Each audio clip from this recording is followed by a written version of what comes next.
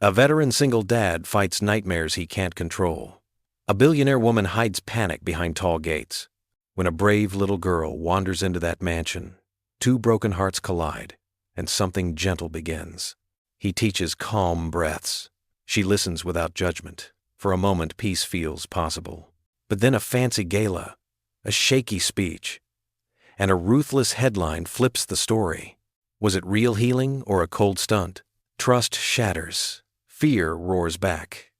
Doors slam. One small note begs them not to give up. She faces the panic. He faces his pride. The road to peace is straight through the storm. When courage meets compassion, can love silence the noise, or will fear win and tear them apart forever? Before we get into the story, comment below where in the world you are watching from today. The darkness shattered with a violent jolt. Jake Callahan's eyes snapped open, his heart hammering against his ribs like artillery fire. For a moment, the bedroom ceiling above him blurred with desert skies, and the soft whisper of the morning breeze through curtains sounded too much like wind through burned-out buildings. "You're home," he whispered to himself, pressing his palms against the cool sheets. "You're in Cedar Grove. You're safe." The grounding technique his therapist taught him helped, but sleep was already a lost cause. The bedside clock read 5:47 a.m. Jake swung his legs over the side of the bed, his right knee protesting with its usual morning stiffness. The wooden floor creaked beneath his feet as he made his way to the kitchen, each familiar sound helping to anchor him in the present. Their modest ranch-style house wasn't much, but it was home. The morning light filtered through worn curtains, highlighting the scratches on the kitchen counter and the places where the linoleum was starting to peel. Jake started the coffee maker, the routine movements settling his still trembling hands. With his coffee in hand, he stepped out onto the small front porch. The September air carried a hint of autumn, and the first hints of dawn painted the sky in gentle purples and pinks. Their yard was small but neat, with a carefully tended flower bed that Lily had insisted on planting last spring. Inside, he could hear Lily starting to stir. The sound of her footsteps padding down the hallway brought a smile to his face, despite the lingering shadows of his nightmare. "Daddy!" Lily's voice carried through the screen door. "Have you seen my blue hairband? The one with the butterflies? Check the bathroom counter, sweetheart. I think I saw it there when I was picking up last night." Jake took another sip of his coffee, letting its warmth chase away the last wisps of desert heat from his dreams. A car passed by on their quiet street, and he automatically tracked its movement, an old habit he couldn't shake. Every unexpected sound still triggered that instant combat awareness, even after all these years. Lily bounded out onto the porch, her backpack already slung over one shoulder. Her dark hair was pulled back with the found butterfly hairband, though a few stubborn strands had already escaped. "Can we have pancakes?" "Not today, kiddo. We're running a little behind." Jake ruffled her hair, careful not to disturb her handiwork with the hairband. "How about some cereal?" She plopped down at their small kitchen table while Jake poured her a bowl of Cheerios. The morning sunlight caught the few strands of gray at his temples as he moved around the kitchen, a reminder of the years that sometimes felt like centuries. "Daddy?" Lily spoke around a mouthful of cereal. "Don't talk with your mouth full, remember?" She swallowed quickly. "Sorry, but Daddy, did you see? Someone finally moved into the big house on Hill Street?" Jake's hand paused as he rinsed his coffee mug. The mansion had been empty for years, a source of endless speculation in their small town. "Is that right? Jenny from school said there were lots of fancy cars yesterday, and lights on in all the windows." Lily's eyes sparkled with excitement. "Maybe they have kids my age. Maybe," Jake said noncommittally, though he doubted it. The kind of people who bought mansions usually didn't have much in common with folks like them. "Finish up your breakfast, okay? We need to leave in 10 minutes. While Lily ate, Jake packed her lunch, a peanut butter and jelly sandwich, apple slices, and a small bag of pretzels. His hands moved automatically through the task while his mind wandered. The nightmare's edges were softer now, but he could still feel its weight, like carrying extra gear on a long march. "All done," Lily announced, carrying her bowl to the sink. She had to stretch to reach, reminding Jake how much she'd grown. 9 years old, going on 30 sometimes, with the way she tried to take care of him. Jake grabbed his keys from the hook by the door, doing his usual morning check. Wallet, phone, house keys. The routine helped keep the anxiety at bay. "Got everything? Homework? Library book? Yes, Daddy, Lily said with the patient tone of someone dealing with a forgetful parent. And my permission slip for the field trip next week. They stepped out into the morning sunshine, the air crisp enough that Jake could see their breath. Their old pickup truck sat in the driveway, its blue paint faded but still reliable. Jake helped Lily climb in, even though she insisted she was old enough to manage on her own. As they drove through the quiet streets of Cedar Grove, Jake kept one eye on the time and the other on Lily, who was practically bouncing in her seat as they approached Hill Street. The mansion came into view, its stone walls rising above perfectly manicured lawns. Several expensive cars were parked in the circular driveway, their polished surfaces gleaming in the morning light. Look, Daddy. Lily pressed her face against the window. They even fixed the fountain. Sure enough, water sparkled in the morning sun, the once broken fountain now flowing freely. I see it, sweetheart. Jake kept his voice neutral, but something about the mansion made him uneasy. Maybe it was the security cameras he'd spotted, or the way the iron gates seemed more fortress-like than welcoming. Can we drive by again on the way home? Lily asked hopefully. We'll see. Jake slowed for a speed bump, his military training automatically noting details. New security system, professional landscaping, staff vehicles in the side parking area. Remember what we talked about being careful around new people? Yes, Daddy. Lily's voice took on that tone that meant she was reciting from memory. Don't talk to strangers. Don't go anywhere without telling you. And always trust my gut if something feels wrong. That's my girl. Jake reached over to squeeze her hand, grateful every day for her understanding nature. She'd grown up fast, too fast sometimes, having to deal with his issues. They pulled into the school drop-off lane, joining the line of cars inching forward. Lily gathered her backpack, checking one last time that she had everything. Have a good day, sweetheart, Jake said, leaning over to kiss the top of her head. I love you. Love you too, Daddy. Lily hopped out of the truck, joining the stream of students heading toward the building. She turned back to wave, her smile bright enough to chase away the last shadows of Jake's nightmare. Jake watched until she disappeared through the school doors, his heart both heavy and light. Heavy with the weight of his responsibilities, light with the joy of being her father. As he pulled away from the curb, he caught himself glancing in the rearview mirror, his daughter's wave still fresh in his mind, and the mansion's gates looming in the distance. The afternoon sun painted long shadows across the sidewalk as Lily Callahan skipped her way home from school. Her purple backpack bounced against her shoulders, with each step decorated with the colorful pins she'd collected over the year. A warm breeze carried the sweet scent of spring flowers, making her pause to take a deep breath. That's when she noticed it. The elaborate iron gates of the mysterious mansion were slightly open. Lily had passed these gates every day for weeks, always wondering what lay behind them. The gap wasn't wide, just enough for a small person to slip through. Her father always said curiosity could get you into trouble, but he also taught her that the best stories came from unexpected places. Lily glanced both ways down the quiet street. No one was around. Taking another peek at the opening, she spotted splashes of color beyond, reds, purples, and yellows dancing in the afternoon light. The garden beckoned to her like a magical wonderland. Just a quick look, she whispered to herself, sliding through the gap with the expertise only a 9-year-old could manage. The garden took her breath away. Neat stone paths wound between beds of flowers she'd only seen in picture books. Roses climbed wooden trellises, their petals soft and perfect. Lily touched one gently, amazed at how delicate it felt. Butterflies fluttered between blooms, and somewhere nearby, a fountain bubbled peacefully. She wandered deeper into the garden, her small shoes crunching softly on the gravel path. Everything seemed bigger here. The trees stretched higher, the bushes grew fuller, and even the air felt different, like it was filled with secrets and stories. A patch of bright yellow daffodils caught her eye. Lily knelt beside them, carefully setting her backpack down. "You're so pretty," she whispered to the flowers, reaching out to touch one of the trumpet-shaped blooms. "Who's there?" a soft voice called out, startled and uncertain. Lily looked up to see a tall woman standing on a nearby path. She wore an elegant blue dress that seemed to float around her, and her dark hair was pulled back neatly, though a few strands had escaped to frame her face. Despite her fancy appearance, something in her wide eyes reminded Lily of a deer ready to bolt. "Hi," Lily said brightly, standing up and brushing off her knees. "I'm Lily Callahan. Your gates were open, and your flowers looked so beautiful. I've never seen so many in one place before." Victoria Hale stood frozen, her hands clasped tightly together. She wasn't used to unexpected visitors, any visitors really.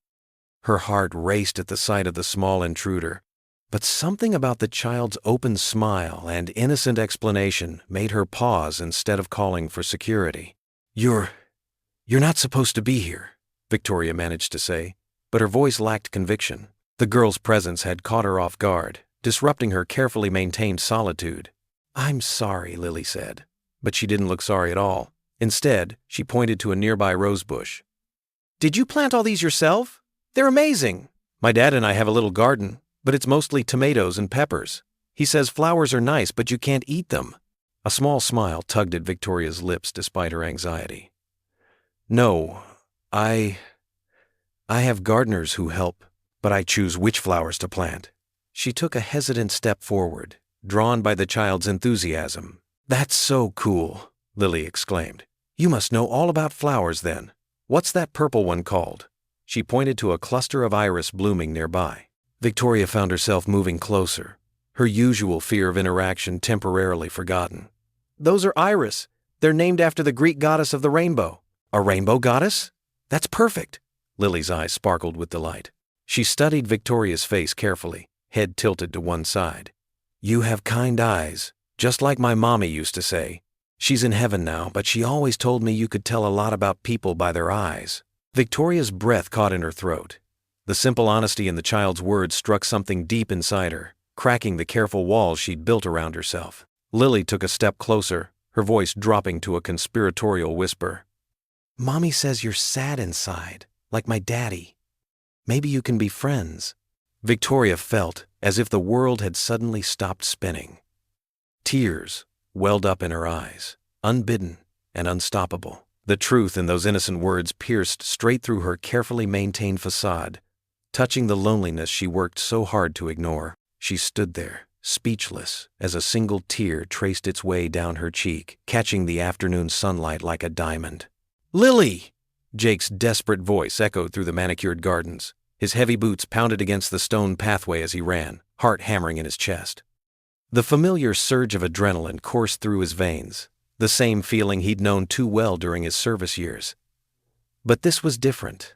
This was about Lily. He rounded a corner past a wall of perfectly trimmed hedges and stopped short. There stood his daughter, safe and sound, next to a tall woman in an elegant gray dress. The woman's dark hair was pulled back in a neat bun, but a few strands had escaped, softening her features. She had been crying. Jake could tell from the slight redness around her eyes. "I'm so sorry," Jake said, his voice rough with emotion. He straightened his worn leather jacket, suddenly aware of how out of place he looked in these pristine surroundings. "Lily knows better than to trespass. I apologize for any disturbance she's caused." Victoria dabbed at her eyes with a delicate handkerchief. "Please, don't apologize. Your daughter." She paused, a gentle smile spreading across her face. "She's quite remarkable." Jake shifted uncomfortably, his guard up. He'd expected anger, maybe even threats to call the police. This kindness, it threw him off balance. He didn't know what to do with it. "Daddy!" Lily ran to him, wrapping her arms around his waist. "Miss Victoria has the prettiest flowers. And look at her fountain. It has real fish in it." "That's nice, sweetheart, but we need to go." Jake placed a protective hand on Lily's shoulder, ready to retreat. "Would you like to see them?" Victoria asked, her voice soft but clear. "The koi fish, I mean.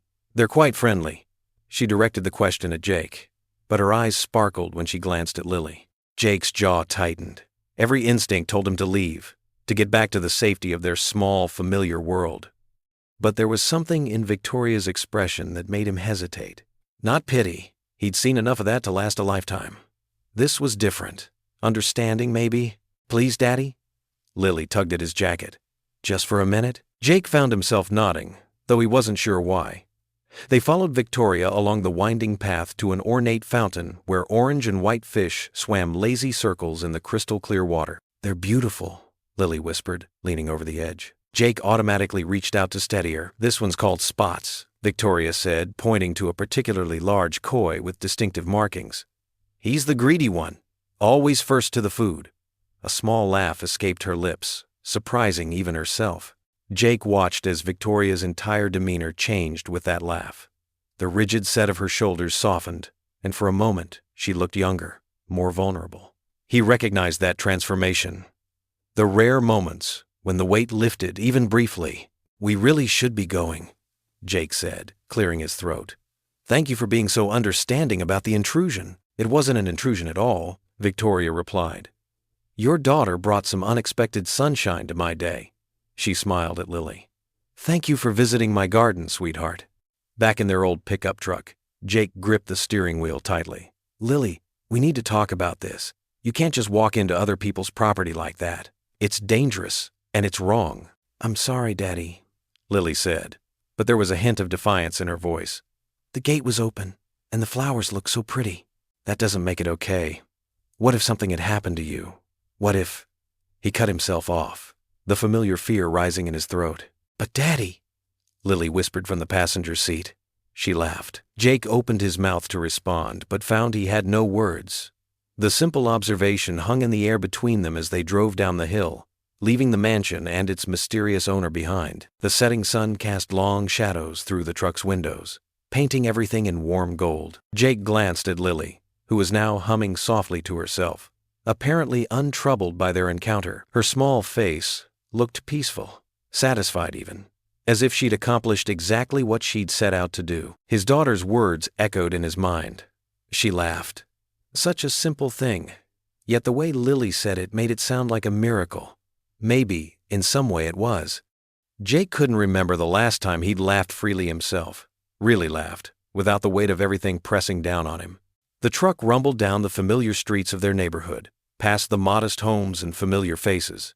Everything looked the same as it had this morning, but somehow, something felt different. Jake couldn't shake the image of Victoria's transformed face when she'd laughed, or the way she'd looked at Lily with such genuine warmth. End of scene. Jake tucked the worn quilted blanket around Lily's shoulders, her small frame already heavy with sleep. The evening ritual of bedtime stories and prayers had passed quickly, but tonight her final words lingered in the air. "I hope Miss Victoria isn't lonely in that big house." He closed Lily's door with a gentle click and padded down the hallway of their modest ranch home. The floorboards creaked beneath his feet, familiar sounds in an otherwise silent house. In the kitchen, he filled the old copper kettle, the one his mother had given him years ago, and set it on the stove. The house felt different at night, emptier.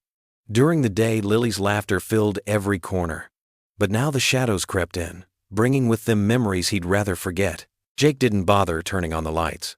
The darkness felt honest, matching his mood. While the kettle warmed, he caught his reflection in the window above the sink.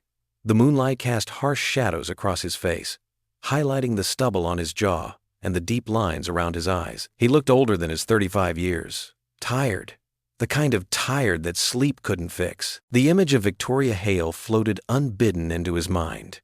She'd been nothing like he'd expected. The newspapers painted her as some sort of ice queen, but her eyes, they'd held something familiar, something that spoke of sleepless nights and battles fought behind closed doors. The kettle's whistle pierced the silence, making him jump. His hand shook slightly as he poured the hot water over the tea bag.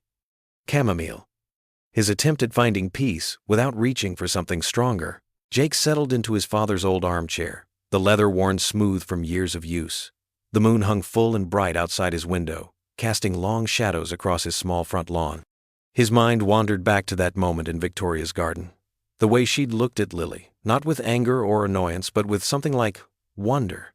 And when she'd smiled, he rubbed his face roughly with his free hand. "Get it together, Callahan," he muttered to himself. Women like Victoria Hale didn't exist in his world. She probably had an army of lawyers drawing up restraining orders right now. Across town, in her sprawling mansion, Victoria Hale paced the length of her study. Her silk robe whispered against the hardwood floors as she moved, her breathing short and sharp. The panic had been building since sunset, wrapping around her chest like a vice. "Deep breaths," she whispered to herself, stopping to press her forehead against the cool glass of the floor to ceiling windows. In through the nose, out through the mouth. The breathing exercises her therapist had taught her felt hollow tonight. Lily's words echoed in her head. "Mommy says you're sad inside, like my daddy." Such simple words from a child, but they'd cracked something in Victoria's carefully constructed walls. How could a little girl she'd never met see straight through to her core? Her gaze drifted to the garden below, now silvered by moonlight. The roses she'd planted herself, her small act of rebellion against her board of advisors who thought gardening beneath her, swayed gently in the evening breeze. Earlier today, Lily had stood among those roses, her backpack almost as big as she was, looking up at Victoria without a trace of the judgment or calculation she'd grown used to seeing in people's eyes. The security footage from the garden's cameras played on a screen in the corner of her study. Victoria had watched it 3 times already, studying the moment when Jake Callahan had burst in. The raw concern on his face, the protective way he'd reached for his daughter, it spoke of a love so fierce it made her chest ache. But there had been something else in his expression, too. Something that mirrored what she saw in her own reflection. A weariness that went bone deep. Scars that ran beneath the skin. Victoria's hands trembled as she poured herself a glass of water. The crystal decanter clinked against the glass, a sound that seemed to echo through the empty mansion. How many rooms did this place have? 15? 20? And here she was, rattling around in it like a lone marble in a vast box. Her panic attacks usually drove her to her safe room, a specially designed space with soft lighting and weighted blankets. But tonight, she remained by the window.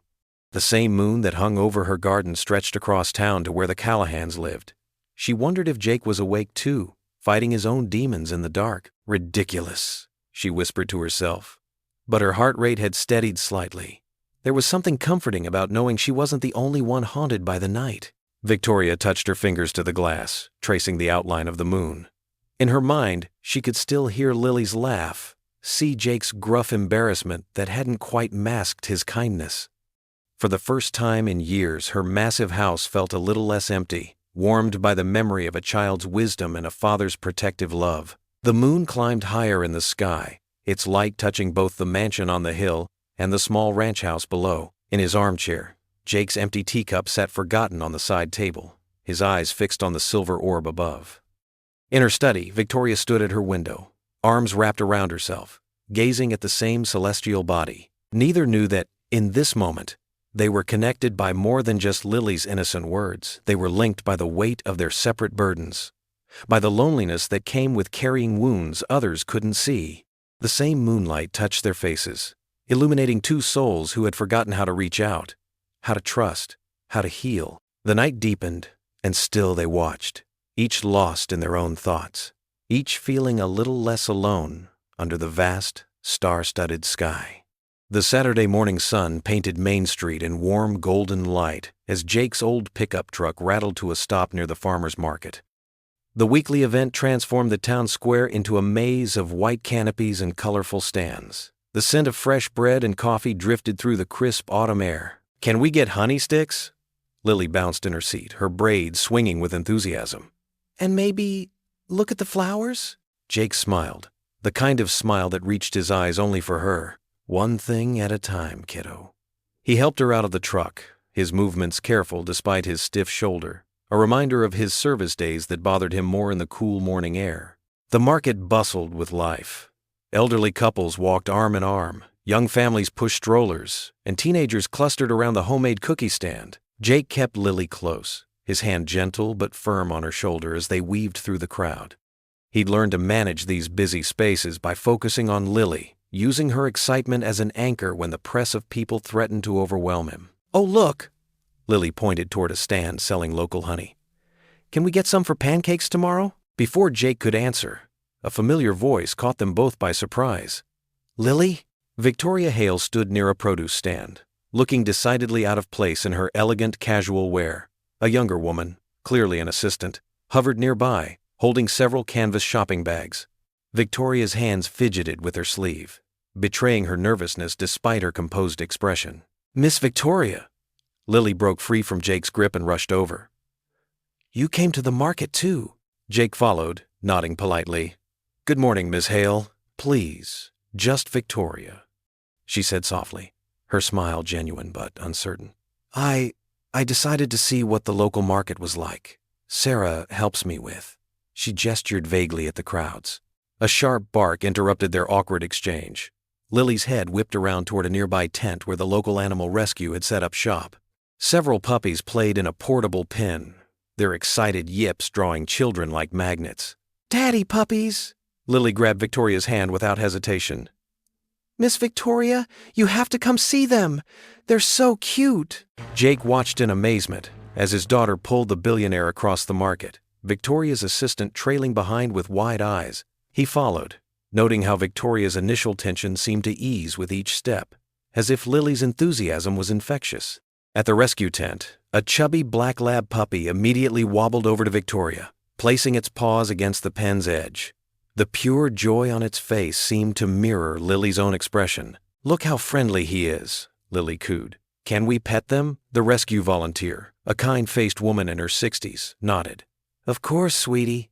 They love attention." Jake watched as Victoria knelt down beside Lily, her expensive slacks touching the ground without a second thought. The black lab puppy immediately climbed into her lap, tail wagging furiously as it covered her face with kisses. Victoria's laugh, clear and genuine, rang out, surprising even herself. "Oh my!" she exclaimed between giggles, trying to fend off the enthusiastic puppy. "You're quite the friendly fellow, aren't you?" Jake couldn't help but smile at the scene. The usually composed Victoria was now sitting cross-legged on the ground, her hair slightly mussed, laughing as the puppy showered her with affection. Her assistant looked on in shock, while Lily beamed with pride at her matchmaking success. "They're rescue puppies," Lily explained importantly. "That means they need homes. Daddy says we can't have one in our apartment, but maybe you could adopt one, Miss Victoria. Your house is huge." Victoria's eyes softened as she scratched behind the puppy's ears. "That's actually not a bad idea. I hadn't thought about it before." They spent several minutes with the puppies, Lily chattering away about proper pet care while Victoria listened attentively. Jake noticed how she seemed to forget her anxiety, focused entirely on the moment. Finally, Jake checked his watch. "We should finish our shopping, Lily. The honey stand might run out if we wait too long." "Oh, can we get coffee beans too? You said we were almost out of your favorite kind," Lily reminded him. Victoria's eyes flickered with interest, but she said nothing as they said their goodbyes. Jake and Lily continued their shopping, picking up honey sticks, fresh vegetables, and a loaf of sourdough bread. They were nearly finished when Jake realized he'd forgotten about the coffee. "The coffee stand's probably sold out by now," he sighed, knowing the local roaster's popular beans usually disappeared early. Lily's face fell. "But that's your special morning coffee." As they loaded their purchases into the truck, Sarah, Victoria's assistant, approached them, holding a paper bag from the coffee stand. "Miss Hale asked me to give you this," she said, handing Jake the bag. She remembered Lily mentioning the coffee. Jake started to protest, but Sarah was already walking away, disappearing into the crowd. He looked inside the bag. It was indeed his favorite roast, the expensive local blend he only bought once a month as a treat. "See, Daddy?" Lily said with satisfaction as they climbed into the truck. "Miss Victoria is nice, and she has a pretty laugh, doesn't she?" Jake stared at the bag of coffee beans, touched by the simple gesture. "Yes," he admitted quietly, "she does." The morning sun was high in the sky as they drove home, the farmer's market slowly fading in the rearview mirror. The paper bag sat between them, filling the truck with the rich aroma of freshly roasted coffee beans. Jake's boots crunched on the gravel driveway as he returned from his morning run. The sun had barely risen, casting long shadows across his modest front yard. He slowed his pace, noticing something unusual on his wooden porch, a brown paper bag sitting neatly by the door. His military training kicked in, making him approach with caution. As he got closer, the rich aroma of premium coffee beans wafted through the air. A small cream-colored note was attached to the bag with elegant handwriting. "Thank you for your daughter's kindness. V." Jake picked up the bag, its weight substantial in his hands. Through the paper, he could feel the quality of the packaging. These weren't just any coffee beans. They were the expensive kind he'd mentioned yesterday at the farmer's market, the ones he'd looked at longingly before walking away from the specialty coffee stand. "What's that, Daddy?" Lily appeared in the doorway, still in her pink pajamas with little unicorns, rubbing sleep from her eyes. "Nothing important, sweet pea." Jake tried to sound casual, but his daughter was too perceptive. "Is it from Miss Victoria?" Lily's face lit up. "It smells like coffee." Jake sighed, knowing he couldn't hide anything from her. "Yes, it's from Miss Victoria. But we can't keep it. Why not? Lily's bottom lip quivered slightly. She got it special for you.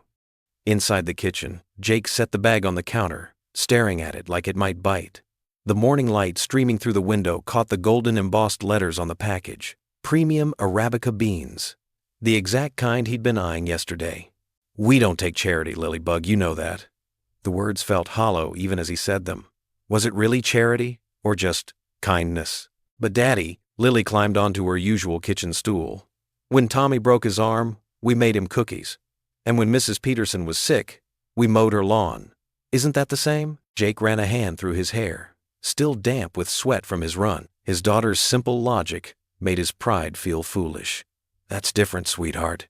We were helping neighbors who needed it. Maybe Miss Victoria needs to help too, Lily said softly.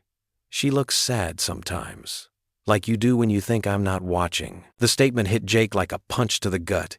He turned away, pretending to busy himself with the dishes in the sink. His daughter's perception sometimes scared him how much she noticed, how deeply she understood things he tried to hide. Throughout the day, the coffee bag sat on the counter like a silent challenge. Jake found himself picking it up several times, walking toward the door, determined to return it. But each time, something stopped him.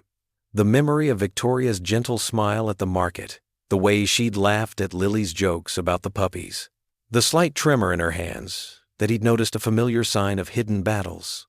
As evening approached, the rich aroma of the beans kept calling to him. Lily sat at the kitchen table, working on her homework, occasionally glancing at the bag with hopeful eyes. "Oh, just make it already," she finally burst out, giggling. "It smells so good." Jake couldn't help but chuckle. "You don't even drink coffee." "No, but you love it, and it makes you happy." Lily put down her pencil. "Please, Daddy. Pretty please." With another deep sigh, Jake reached for the bag. The beans rattled softly as he measured them into the grinder. The familiar routine of making coffee somehow felt different this time, more meaningful. As if accepting this small gift meant accepting something larger, the possibility of connection, perhaps. The coffee maker hummed to life, filling the kitchen with warmth and the promise of something special. Jake found himself remembering the way Victoria had watched Lily at the market, how her usual anxiety seemed to melt away in his daughter's presence. "Can I have hot chocolate while you have your coffee?" Lily asked, already knowing the answer would be yes. Soon they sat together at their small kitchen table. Jake with his steaming mug of Victoria's coffee, Lily with her hot chocolate topped with mini marshmallows. The first sip was everything he'd imagined, and more rich, smooth, with subtle notes of chocolate and nuts. "Is it good?" Lily watched his face eagerly, marshmallow foam dotting her upper lip. "It's perfect," Jake admitted quietly. "See?" Lily beamed. "It's like she's family already." Jake nearly choked on his coffee. "Lily, honey, Miss Victoria isn't—" "But she could be," Lily interrupted, her eyes sparkling with innocent hope. "She's nice and pretty, and she likes us, and she bought you special coffee." Jake took another sip, letting the warm liquid soothe his nerves. He watched his daughter happily slurp her hot chocolate, her face glowing with contentment and possibility. The simple joy she found in everything made his own walls seem suddenly very high and very thick. The coffee was indeed perfect, and maybe, just maybe, that was all it needed to be right now. Not a debt to be repaid, not a charity to be refused, but simply a kind gesture from one wounded soul to another. Jake sighed, the warmth of the coffee spreading through his chest, mixing with emotions he wasn't quite ready to name. Lily hummed a little tune, completely at peace with the world, while Jake sat in silence, torn between gratitude and his stubborn pride, watching the steam rise from his cup like questions without answers. The morning sun filtered through the stained glass windows of First Methodist Church, casting colorful patterns across the worn wooden pews. Jake sat in his usual spot near the back, Lily beside him in her Sunday best, a purple dress she'd picked herself. The familiar scent of old hymnals and wood polish filled the air. Pastor Mike's sermon had just ended, and the usual post-service chatter began to fill the sanctuary. Jake helped Lily gather her children's Bible and crayons, hoping for a quick exit before Mrs. Henderson could corner him for another conversation about joining the church council. "Did you hear about the new clinic?" A whispered voice caught his attention from the pew in front. "The one Victoria Hale is funding? What a blessing for our veterans," another voice responded. Jake's hands stilled on Lily's backpack. His jaw tightened. $5 million, I heard, the first voice continued. They say it'll be the best facility in 3 states. More whispers rippled through the congregation. Such a generous woman. Those poor veterans need all the help they can get. What a saint she is. Each comment felt like a small knife twisting in Jake's gut. He'd managed just fine without charity for years. The last thing he needed was to be someone's pet project. Daddy, Lily tugged at his sleeve. Are you okay? Your face looks angry. Jake forced his features to soften. I'm fine, sweet pea. Just thinking. Across town, in her mansion's East Wing study, Victoria sat rigid in her leather chair. Her board of advisors, 3 men in expensive suits, stood before her desk with expectant expressions. A gala? Victoria's voice quavered slightly. Couldn't we just send out letters? Miss Hale, Richard, the head advisor, leaned forward. The clinic needs more than just your initial investment. We need to generate community support, create buzz. A gala is perfect. It shows leadership, commitment. Victoria's fingers found the edge of her silk blouse, twisting the fabric. The thought of hundreds of eyes on her, of speeches and small talk, made her chest tighten. I don't do well with crowds, she reminded them quietly, which is precisely why this is important. Sarah, the PR director, chimed in. It's time to step out of the shadows, Victoria. The community needs to see the face behind the philanthropy. Victoria glanced at the window, where a cardinal perched on a branch, free, unburdened. She envied its simplicity. We've already started the preliminary planning, Richard continued, sliding a glossy flyer across her desk. The Riverside Hotel's grand ballroom. 300 guests. Local press. The numbers made Victoria's head spin. She could feel the familiar tightness in her throat, the beginning of panic. But these men had guided her family's fortune for decades. They knew best, didn't they? All right, she whispered, hating how weak her voice sounded. Set it up. Back at the church, Jake couldn't escape fast enough. But Pastor Mike caught him at the door, pressing a flyer into his hands. Jake, as one of our most respected veterans, we'd love your support at this event. Jake stared at the glossy paper. Hope and Healing Gala blazed across the top in elegant script. Below it, hosted by Victoria Hale, benefiting the new Veterans PTSD Treatment Center. I don't do galas, Jake said flatly. Just think about it. Pastor Mike pressed. Your voice matters. Other veterans look up to you. Jake stuffed the flyer in his pocket, mumbling something non-committal. In the car, Lily chatted about Sunday school while Jake's mind churned. Did Victoria think throwing money at broken soldiers would fix them? Did she see him as just another charity case now? That evening, in 2 different parts of town, 2 souls contemplated the same piece of paper. In his small kitchen, Jake pulled the crumpled flyer from his pocket, smoothing it on the counter. The elegant script seemed to mock him, promising hope through wealth and influence. His fingers traced the date just 6 weeks away. Miles away, in her palatial study, Victoria held her own copy with trembling hands. The thought of all those people, all those expectations, made her feel like she was drowning. She set the flyer on her desk, next to the coffee cup she hadn't touched all day. Both stared at the innocent piece of paper that represented everything they feared.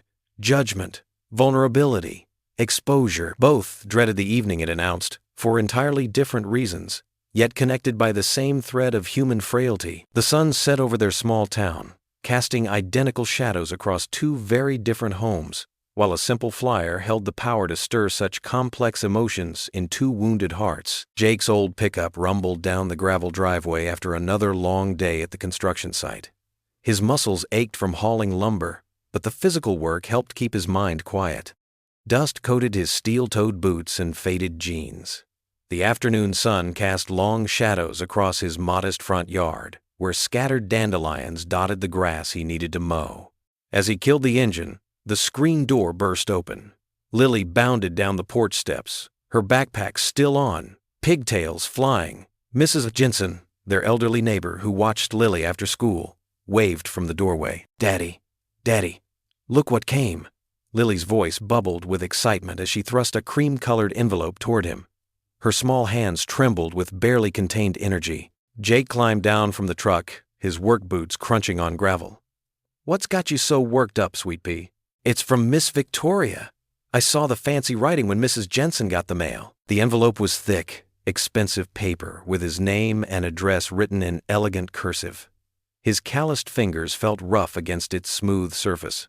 Something about holding it made his stomach tighten. "Thanks for watching her, Mrs. Jensen," Jake called out, managing a tired smile. "Anytime, dear. She's an angel." Mrs. Jensen disappeared inside, leaving father and daughter alone with the mysterious envelope. Lily bounced on her toes. "Open it, Daddy, please." Jake led them inside, dropping his lunch cooler on the kitchen counter. The house was small but tidy, their home for the past 5 years since he'd left the service. Pictures of Lily lined the walls, along with a few carefully preserved photos of her mother. He settled into his favorite armchair, the leather worn smooth from years of use. Lily perched on the armrest, practically vibrating with anticipation. Using his pocket knife, Jake carefully slit the envelope open. Inside was an elegantly designed invitation card. Gold lettering announced the Veterans Support Gala, hosted by the Victoria Hale Foundation.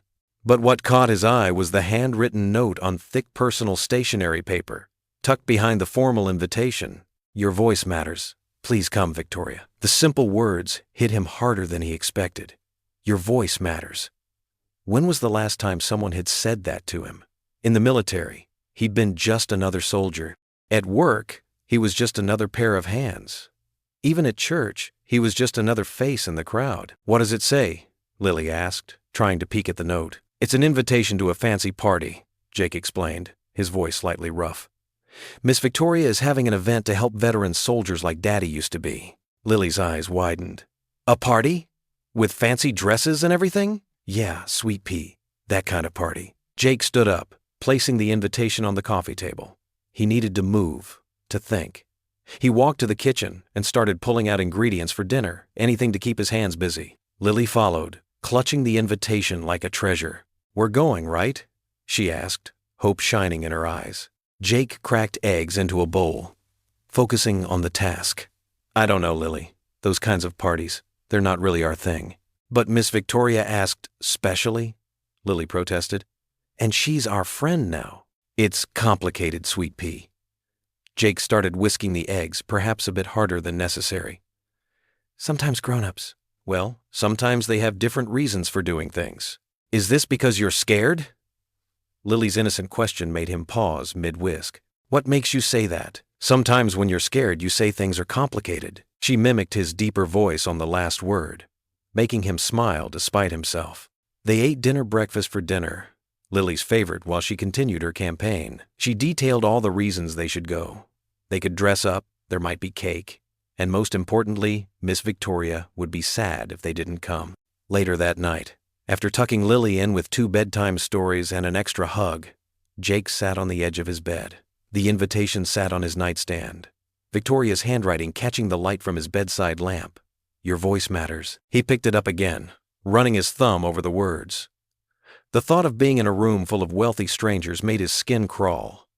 They'd look at him with pity, the broken soldier who needed their help. But Victoria's note didn't feel like pity. It felt like recognition. Outside, thunder rumbled in the distance. A storm was rolling in across the plains, the kind that would make him lie awake, fighting old memories. Jake set the invitation back down, still undecided, as another low growl of thunder shook the windows. The card sat there, both invitation and challenge, while Jake stared at the ceiling, listening to the approaching storm. The morning air held a crisp autumn chill as Jake and Lily walked down Cedar Street toward the elementary school. Golden leaves crunched beneath their feet, and the rising sun painted the sky in soft pinks and oranges.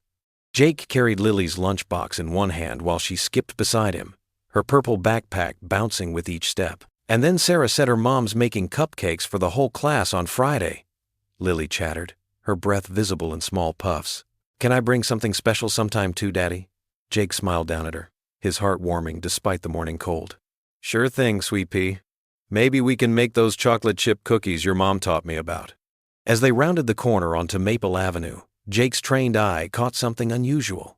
A sleek black Mercedes parked half a block from the school. Most parents drove minivans or SUVs. The luxury car stood out like a diamond in a box of rocks. Victoria Hale sat behind the wheel, her perfectly manicured hands gripping it so tightly her knuckles were white. She wore a tailored navy blazer, but her usual composed appearance was betrayed by the slight tremor in her shoulders. Lily spotted her too. "Miss Victoria," she called out, waving enthusiastically. Victoria's head snapped up, startled. When she saw them, a mixture of relief and anxiety crossed her face. She rolled down her window, forcing a smile that didn't quite reach her eyes. "Good morning, Lily. Good morning, Mr. Callahan," she said softly, her voice carrying a slight quiver. Jake nodded stiffly, suddenly very aware of his worn work jacket and scuffed boots next to her polished appearance. "Ms. Hale, I was hoping—" She paused, swallowing hard. "I was wondering if I might catch you this morning." Lily bounced on her toes, looking between the adults with undisguised interest. Jake checked his watch. They had a few minutes before the first bell. "The invitation," Victoria continued, her fingers flexing on the steering wheel. "I wanted to ask if you'd considered." Her voice trailed off as a group of children ran past, their shouts echoing off the brick school building. Jake watched as she flinched at the noise, her shoulders tensing visibly. The reaction was subtle, most people wouldn't notice, but he recognized it. It was the same way he reacted to sudden, loud sounds, though he'd gotten better at hiding it over the years. "I haven't decided yet," he said, his voice gentler than he'd intended. Victoria's eyes met his briefly before darting away. "I understand it might not be your kind of event," she said, her words coming faster now. "But having a veteran speak, someone who truly understands it, would mean so much to the cause." A car horn blared somewhere down the street. Victoria jumped, her hand flying to her chest. Jake saw the panic flash across her face before she could mask it. "Daddy," Lily tugged at his sleeve, "we should invite Miss Victoria for pancakes sometime. She looks like she needs pancakes." Victoria's nervous expression cracked into a genuine smile, though her hand still trembled on the wheel. "That's very sweet of you, Lily." The first bell rang, its distant chime carrying across the schoolyard. Other parents were saying goodbye to their children, the morning drop-off routine in full swing. "Time for school, sweet pea," Jake said, handing Lily her lunchbox. "Have a good day." Lily hugged him tight, then surprised both adults by running to Victoria's car window. "Bye, Miss Victoria! Don't forget about pancakes!" They watched as Lily ran toward the school entrance, her backpack bouncing with each step. In her wake, an awkward silence fell between Jake and Victoria. "I'm sorry if I've put you in an uncomfortable position," Victoria said quietly, her composure slipping again. "I just thought—" She stopped, taking a shaky breath. "The clinic means a lot to me, more than just as a project." Jake studied her for a moment. The perfectly put-together philanthropist was gone, replaced by someone who looked as haunted as he felt some mornings. Her expensive car and clothes couldn't hide the shadows under her eyes or the way she kept glancing around, monitoring her surroundings like he did.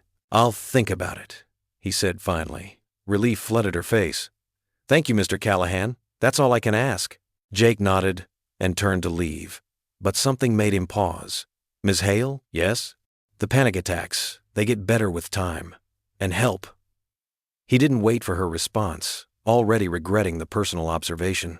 As he walked back to his truck, parked a block away, Jake caught his reflection in a store window. His expression was thoughtful, almost surprised. "She's human after all," he muttered to himself, climbing into the driver's seat and starting the engine. The old pickup grumbled to life, and as he pulled away from the curb, he saw Victoria's Mercedes still sitting there, her silhouette visible through the window. Something about her vulnerability that morning had cut through his preconceptions, leaving him with an uncomfortable awareness that maybe he'd judged her too quickly. That evening, Jake stood at the kitchen counter chopping vegetables for dinner, when Lily burst through the front door, her backpack swinging wildly. Her face glowed with excitement as she ran to him. "Daddy, I invited Miss Victoria for pancakes tonight." Jake's knife clattered against the cutting board. "You did what?" She looked so sad sitting in her car this morning. "I told her you make the best pancakes in the whole world." Lily beamed up at him, her eyes bright with pride. Jake ran a hand through his hair, his heart racing. "Honey, you can't just invite people over without asking me first." "But she said yes. She's coming at 6. Lily bounced on her toes. "Can we use the Mickey Mouse pancake mold?" Jake glanced around their modest kitchen. Dishes in the sink, worn linoleum floor, the ancient refrigerator covered in Lily's artwork. This wasn't the kind of place someone like Victoria Hale was used to. He opened his mouth to explain why they needed to cancel, but Lily's hopeful expression stopped him cold. "Please, Daddy. You always say we should be kind to sad people." Jake sighed, defeated. "All right, Princess. Go wash up and help me clean." For the next hour, they tidied frantically. Jake wiped down counters while Lily dusted the living room. He changed into a fresh shirt and helped Lily put on her favorite dress, the one with yellow sunflowers. At precisely 6 o'clock, a gentle knock echoed through their small house. Jake's hands were shaking as he opened the door. Victoria stood on their porch, elegant even in casual clothes, dark jeans and a soft sweater. She held a bouquet of fresh flowers and a bottle of maple syrup. "I hope I'm not too early," she said softly. "You're right on time," Lily called from behind Jake, running forward to grab Victoria's hand. "Come see our kitchen." Jake watched as his daughter led Victoria through their home. Victoria's eyes took in everything: the family photos on the walls, Lily's craft projects, the worn but clean furniture. Instead of judgment, he saw something like longing cross her face. In the kitchen, Lily pulled out a chair for Victoria at their small table. Daddy makes pancakes shaped like Mickey Mouse, she announced proudly. "That sounds wonderful," Victoria said, settling into the chair. Her shoulders gradually relaxed as she watched Jake mix the batter. "Would you like to help?" he found himself asking. Victoria's eyes widened.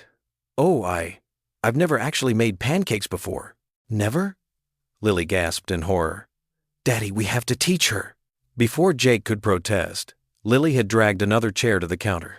Victoria stood uncertainly beside them as Jake demonstrated how to ladle the batter. "Like this?" Victoria asked, her hand trembling slightly as she poured. "Almost," Jake said. He guided her hand gently, showing her how to make the perfect circle. "There you go." A small smile touched Victoria's lips as she watched the pancake bubble. When Jake showed her how to flip it, she let out a delighted laugh as it landed perfectly. "I did it!" she exclaimed, then immediately looked embarrassed by her outburst. But Lily clapped enthusiastically. "You're a natural, Miss Victoria." Soon the kitchen was filled with the warm smell of butter and vanilla. They settled around the table, plates piled high with slightly misshapen Mickey Mouse pancakes. Jake noticed Victoria hesitate before taking her first bite. "These are incredible," she whispered, eyes closing briefly. "Told you Daddy makes the best pancakes?" Lily said through a mouthful. "Manners," Jake reminded her, but he couldn't help smiling. As they ate, Lily chatted about school and her upcoming play. Victoria listened intently, asking questions and laughing at Lily's stories. The tension in Jake's shoulders slowly melted away. "When was the last time you had a family dinner?" Lily asked suddenly. Victoria's fork paused halfway to her mouth. It's been years," she admitted. "My parents passed away when I was young, and I never," she trailed off, looking down at her plate. Jake recognized the pain in her voice, the same ache he felt when Lily asked about her mother. "Well, you can have dinner with us whenever you want," Lily declared. "Right, Daddy?" Jake met Victoria's uncertain gaze across the table. "Of course," he heard himself say. They lingered over empty plates, the conversation flowing easier than Jake would have expected. Victoria insisted on helping with dishes, and soon she and Lily were elbow-deep in soap suds, giggling as they splashed each other. Too quickly, the evening drew to a close. Jake walked Victoria to the door while Lily gathered the flowers to put them in water. Victoria turned to him on the porch, moonlight silvering her hair. "Thank you," she said softly. "For one night, I felt normal." Jake stood there, words stuck in his throat, as she walked down their steps and disappeared into the darkness. The crickets chirped softly in the warm evening air as Jake and Victoria sat on his weathered front porch. 2 mugs of chamomile tea steamed between them, barely touched. The old porch swing creaked gently as they swayed, both looking out at the stars scattered across the dark sky. Jake's hands wrapped tightly around his mug, his knuckles white. The peaceful night felt at odds with the storm inside him. He glanced at Victoria, who sat perfectly still in the rocking chair beside him, her designer clothes looking out of place on his humble porch. "Lily's finally asleep," Jake said quietly, breaking the silence. "She was so excited about those pancakes earlier, she didn't want to go to bed." Victoria smiled softly. "She has such a beautiful spirit, so full of life." "Yeah, she does." Jake's voice grew distant. "Sometimes I worry I'm not." that my problems will dim that light in her. Victoria turned to face him, her eyes gentle. What do you mean? Jake took a deep breath, his shoulders tense. The nightmares. They're not just at night anymore. Sometimes during the day, the smallest thing can trigger them. A car backfiring, the smell of smoke from a neighbor's barbecue. He stared into his tea. Last week, at the grocery store, someone dropped a glass jar. The sound. I was back there instantly. Victoria leaned forward slightly, her voice barely above a whisper. Where were you? Kandahar. Jake's jaw clenched. We were on patrol when the IED. He shook his head, unable to continue. In the store, I grabbed Lily and pulled her down behind a display. She was so scared, not of the noise, but of me, the look in her eyes. His voice cracked. Victoria reached out hesitantly, then drew back, unsure if her touch would be welcome. She loves you, Jake. Anyone can see that. I know. He rubbed his face with his hands. But she deserves better than a broken father who can't even take her shopping without having an episode. You're not broken, Victoria said firmly, surprising herself with the strength in her voice. You're healing. Jake looked at her then, really looked at her. Like you? Victoria's breath caught in her throat. She wrapped her arms around herself, a gesture Jake had noticed she often did when feeling vulnerable. I suppose so, she admitted, though my battles are different. The panic attacks? Jake asked gently. She nodded, her fingers nervously playing with the hem of her sleeve. They started after my parents died. The pressure of suddenly inheriting everything, the expectations, the constant scrutiny. She took a shaky breath. The first one happened during a board meeting. I thought I was having a heart attack. Now, just the thought of being in a crowded room. Is that why you're worried about the gala? Terrified is more accurate. Victoria gave a hollow laugh. My board doesn't understand. They think I'm being difficult when I refuse public appearances.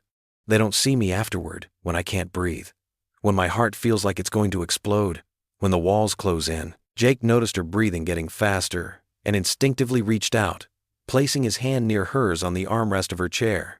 Hey, you're safe here. Just focus on the stars. Count them with me. Victoria followed his gaze upward, her breathing slowly steadying as they counted together.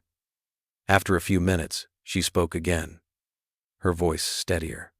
No one's ever done that before. Done what? Just let me be. Usually people either panic themselves or try to fix it immediately. Throw solutions at me like they're magic pills. Jake nodded knowingly. Like how everyone tells me to just get over it? Or leave the past in the past? Exactly. Victoria turned to face him. How do you explain that healing isn't linear? That some days are better than others, and that's okay? You don't, Jake said softly.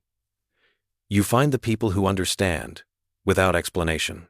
They sat in comfortable silence for a while, the night wrapping around them like a protective blanket.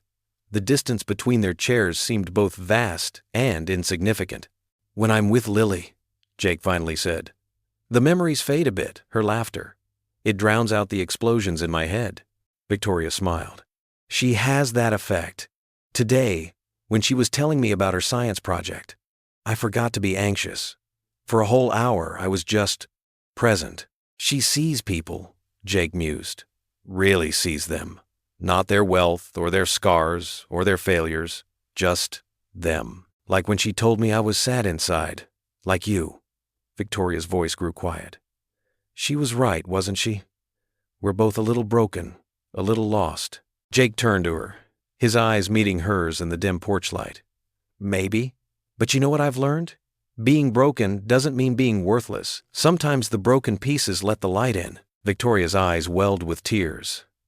I haven't felt this understood in years, she whispered. Me neither. Jake's voice was rough with emotion. Everyone else, they either pity me or avoid me.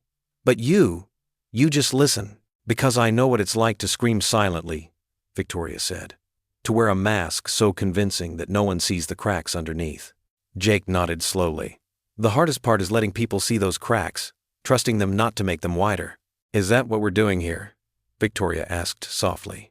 Showing our cracks? I think so. Jake looked at her thoughtfully.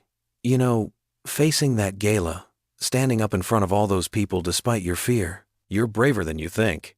Victoria smiled faintly, the moonlight catching the tears in her eyes. The morning sun cast long shadows across the construction site as Jake pulled up in his old pickup truck. His hands tightened on the steering wheel as he stared at the half-finished building that would soon become the veterans' PTSD clinic. Victoria stood near the entrance, her elegant figure looking out of place among the exposed beams and stacks of building materials. Jake took a deep breath before stepping out of his truck. The familiar smell of sawdust and fresh paint filled his nostrils. Victoria smiled warmly as he approached, though he noticed her fingers fidgeting with the hem of her blazer, a nervous habit he'd begun to recognize. "Thank you for coming," she said softly. "I know this isn't easy for you." Jake nodded curtly, shoving his hands in his pockets. "Lily insisted," he replied, though they both knew that wasn't the whole truth. Victoria led him through the construction site, her heels clicking carefully around puddles and debris. "We're planning separate wings for group therapy and individual sessions," she explained, gesturing to different areas. "And here we'll have a meditation garden." Jake followed silently, taking in the skeletal framework of what would become a place of healing. Despite his initial resistance, he could see the thought and care put into every detail. The wide hallways, the abundant natural light, the peaceful views, all designed to make veterans feel safe and comfortable. "What do you think?" Victoria asked, her voice tinged with uncertainty. Jake ran his hand along an unfinished wall. "It's different from what I expected," he admitted. "More peaceful." Victoria's face brightened. "That's exactly what we're aiming for. A sanctuary, not an institution." She paused, wringing her hands together. "Jake, there's something I wanted to ask you." He tensed, recognizing the slight tremor in her voice. "What is it?" "The gala, next month. We need someone to speak, someone who truly understands what our veterans go through." She met his eyes directly. "Would you consider sharing your story?" Jake's jaw clenched. The mere thought of standing in front of a crowd, exposing his wounds to strangers, made his chest tighten. "I don't think so," he said gruffly. "I'm not good with speeches." "You wouldn't have to make a formal speech," Victoria hurried to explain. "Just speak from your heart. Tell them what it's really like." Her voice softened. "Help them understand why this place matters." Jake turned away, staring out a window frame at the quiet street beyond. "They don't need to hear my story," he muttered. "I'm not some poster boy for PTSD." "No, you're not," Victoria agreed quietly. "You're a father, a veteran, a man who's fighting his battles with dignity. That's exactly why they need to hear from you." Jake shook his head, memories of sleepless nights and hidden struggles flooding his mind. "I can't," he said firmly. Victoria didn't push, but her disappointment was visible. They finished the tour in silence, the weight of her unspoken request hanging between them. Later that evening, Jake sat at his kitchen table, absently stirring a cup of coffee that had long gone cold. Lily sat across from him, working on her homework, but he could feel her occasional glances. "Daddy?" she finally asked, setting down her pencil. "Did you see the new clinic today?" "I did, sweetie. Was it nice?" Jake managed a small smile. "It will be when it's finished." Lily tilted her head, studying him with that unnervingly perceptive gaze she sometimes had. "Miss Victoria wants you to talk at the party, doesn't she?" He shouldn't have been surprised that she'd figured it out. "She did ask, yes." "Are you going to?" "I told her no," Jake said, getting up to rinse his cup in the sink. "It's not my thing." "But why not?" Lily persisted, following him to the kitchen. "You always tell me to be brave and help others." Jake turned to face his daughter, struck by the earnestness in her expression. "This is different, sweetheart." "Is it?" Lily challenged, crossing her arms. "You're strong, Daddy. The strongest person I know. Even when you're scared or sad, you keep going." Her voice softened. "Maybe other people need to know they can be strong too." Jake stared at his daughter, feeling the familiar ache in his chest, pride mixed with a deep, consuming love for this wise little soul who somehow always saw through to the heart of things.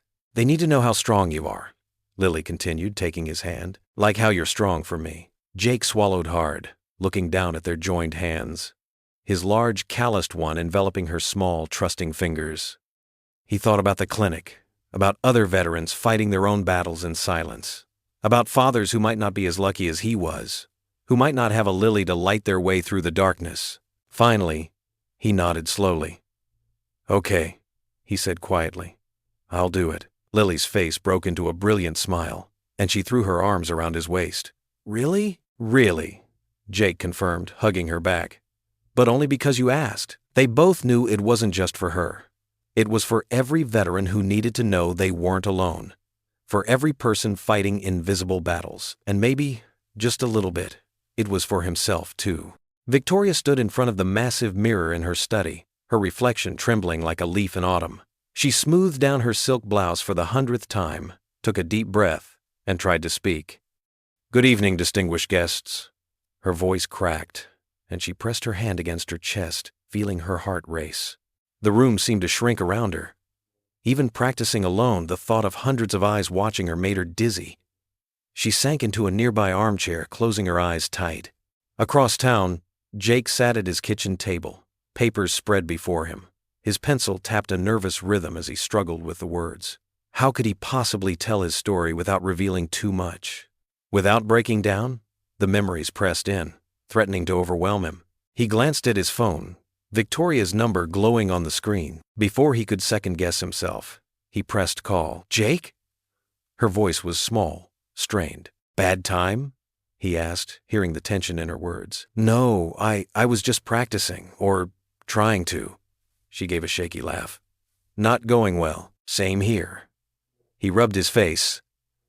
Maybe we could help each other?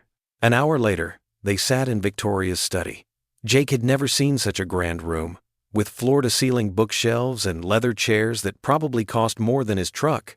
But Victoria looked small in it, perched on the edge of her seat like a bird ready to fly away. Let's try something different, Jake suggested, moving to stand beside her.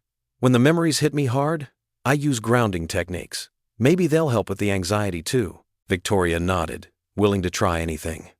Jake guided her through the exercise, his voice steady and calm. 5 things you can see right now. The mirror, she began.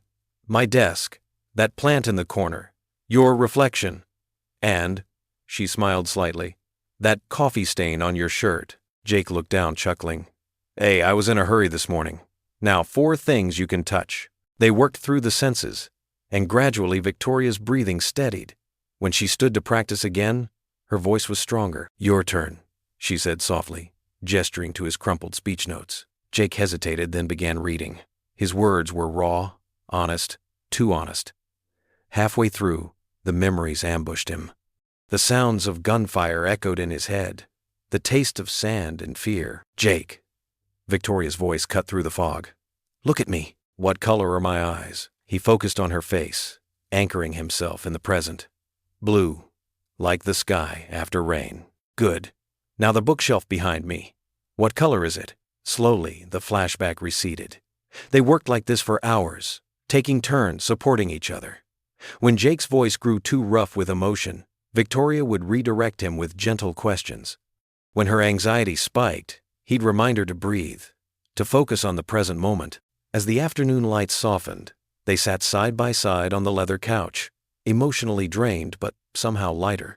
Their practice sessions had evolved into sharing stories, careful ones at first, then deeper truths they'd never voiced aloud before. I haven't let anyone see me like this, Victoria admitted, twisting her hands in her lap.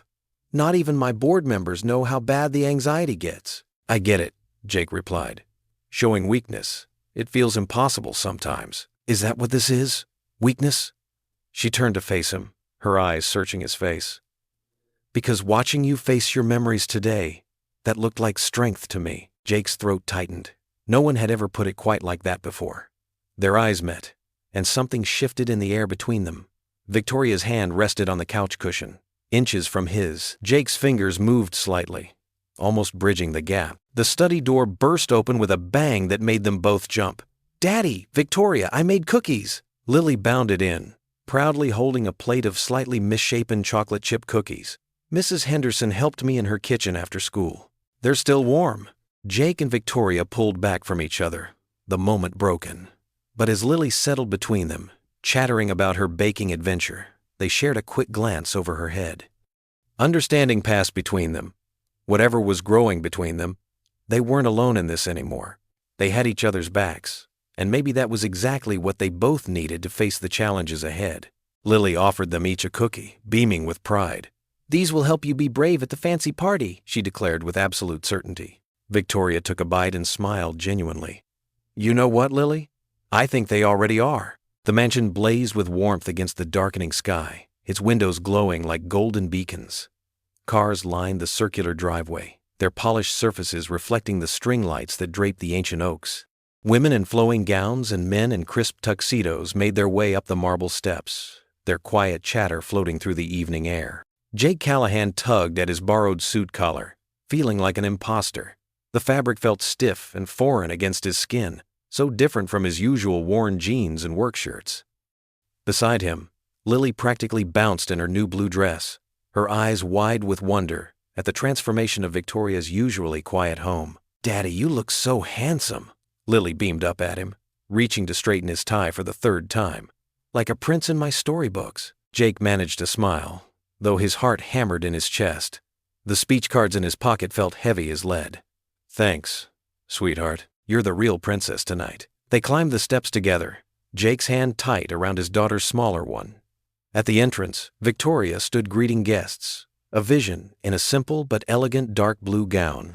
Despite her perfect posture and gracious smile, Jake noticed the slight tremor in her hands as she clasped them together. Their eyes met across the foyer. Victoria's face softened with relief at the sight of them, though her complexion remained pale. She excused herself from the elderly couple she'd been speaking with and made her way over. "You came," she whispered, her voice carrying a hint of surprise despite their weeks of preparation. "Couldn't let you face this alone," Jake replied quietly, noticing how she unconsciously moved closer to him, as if drawing strength from his presence. "Miss Victoria, you look like a queen," Lily declared, throwing her arms around Victoria's waist. The spontaneous gesture drew genuine laughter from Victoria, some of the tension leaving her shoulders. The grand ballroom slowly filled with people, their voices echoing off the high ceilings. Crystal chandeliers cast warm light over the gathered crowd, doctors, philanthropists, community leaders, and veterans alike. Jake recognized some faces from town. Others were complete strangers in expensive suits who probably flew in just for this event. Victoria's assistant appeared, clipboard in hand. "5 minutes until your welcome speech, Ms. Hale," she announced, causing Victoria's hand to flutter to her throat. Jake touched her elbow gently. "Remember what we practiced. Breathe from your belly. Focus on one friendly face." Victoria nodded, closing her eyes briefly. When she opened them, determination had replaced some of the fear. Will you stand near the podium, where I can see you?" "Of course." The room hushed as Victoria took her place at the microphone. Jake positioned himself where she could easily spot him, Lily holding his hand. Victoria's voice shook slightly as she began, but grew stronger as she found Jake's steady gaze in the crowd. "Welcome, everyone. Tonight isn't about grand gestures or fancy speeches," she said, her honest words catching the audience's attention. "It's about hope, about reaching out when we're hurting, about understanding that none of us have to face our battles alone." Pride swelled in Jake's chest as he watched her. This was the real Victoria, not the reclusive billionaire, but the woman who laughed at his daughter's jokes and admitted her fears over pancakes at his kitchen table. When it was Jake's turn to speak, his legs felt like lead as he approached the podium. The cards in his pocket remained untouched. He'd memorized every word, though his throat felt dry as sand. Victoria stepped aside but stayed close, her presence anchoring him as his had anchored her. He looked out at the sea of faces, spotted Lily's encouraging smile, and began. "War doesn't end when we come home," he said, his voice rough with emotion. "The battles follow us into our dreams, into our quiet moments. They follow us when we're trying to be fathers, friends, normal people again." The room grew still, every eye fixed on him. "But there's something stronger than the darkness we carry. It's the light we find in unexpected places, in a child's unconditional love, in a stranger's understanding smile, in the courage to admit we're not okay, and the even greater courage to believe we can be." Tears glistened in many eyes as Jake continued, speaking from his heart about survival, about hope rising from ashes, about the power of one person reaching out to another. When he finished, the applause was deafening. Victoria stepped forward, her own eyes bright with unshed tears, and squeezed his hand in silent support. The The rest of the evening passed in a blur of conversations and congratulations. Jake found himself sharing war stories with other veterans, while Victoria moved among the donors with growing confidence, her passion for the project evident in every word. As the crowd thinned and the orchestra played a slow waltz, Jake caught Victoria's eye across the room. She stood in a pool of chandelier light, no longer the anxious woman who'd greeted guests hours ago. She looked radiant, almost glowing, her smile reaching her eyes. For the first time since he'd known her, she seemed completely present in the moment, unburdened by her usual fears. Jake felt something shift in his chest as their gazes held. He recognized in her expression the same mix of triumph and wonder he felt. They'd done it. Together, they'd faced their demons and emerged stronger. In that shining moment, surrounded by the soft music and warming glow, they weren't a broken soldier and a lonely billionaire. They were simply two people who'd found unexpected strength in each other. Lily, dozing in a nearby chair, smiled in her half-sleep at the sight of them. Her innocent wish for her dad to find a friend who could understand his sadness had led to this moment, a night of healing, hope, and possibilities neither Jake nor Victoria had dared to imagine before. The early morning sun filtered through Jake's kitchen window as he sat at his worn wooden table, steam rising from his coffee mug. His muscles ached from standing all night at the gala, but a small smile played at his lips as he remembered Victoria's brave presence beside him. Lily hummed in the background, getting ready for school, still excited about wearing her fancy dress the night before. The newspaper landed on his porch with a soft thud. Jake retrieved it, his combat boots scuffing against the welcome mat. The headline hit him like a physical blow. Hale Foundation exploits veterans' trauma for social climbing. His hands trembled as he read further. The journalist had twisted everything. His speech, Victoria's intentions, even Lily's innocent presence. The article painted Victoria as a calculating socialite who had orchestrated the entire evening as a publicity stunt, using a conveniently damaged veteran and his motherless child to boost her foundation's image. "What's wrong, Daddy?" Lily asked, noticing his rigid posture. Jake forced his voice steady. "Nothing, sweetheart. Get your backpack ready." After dropping Lily at school, Jake drove straight to Victoria's mansion. The newspaper crumpled in his fist. The same gates that had seemed welcoming last night now loomed like prison bars. He punched the intercom harder than necessary. "Yes?" Victoria's assistant answered. "It's Jake Callahan. I need to see her." Now, the gates swung open with an electronic hum. Jake marched up the winding driveway, past the remnants of last night's celebration, workers dismantling tables, collecting forgotten champagne glasses. The contrast made him sick. How many thousands had been spent on crystal and caviar while real veterans suffered? Victoria met him at the door, still in her silk robe, face pale and eyes red-rimmed. She'd clearly seen the article too. "Jake, please, I can explain." He thrust the newspaper at her. "Explain what?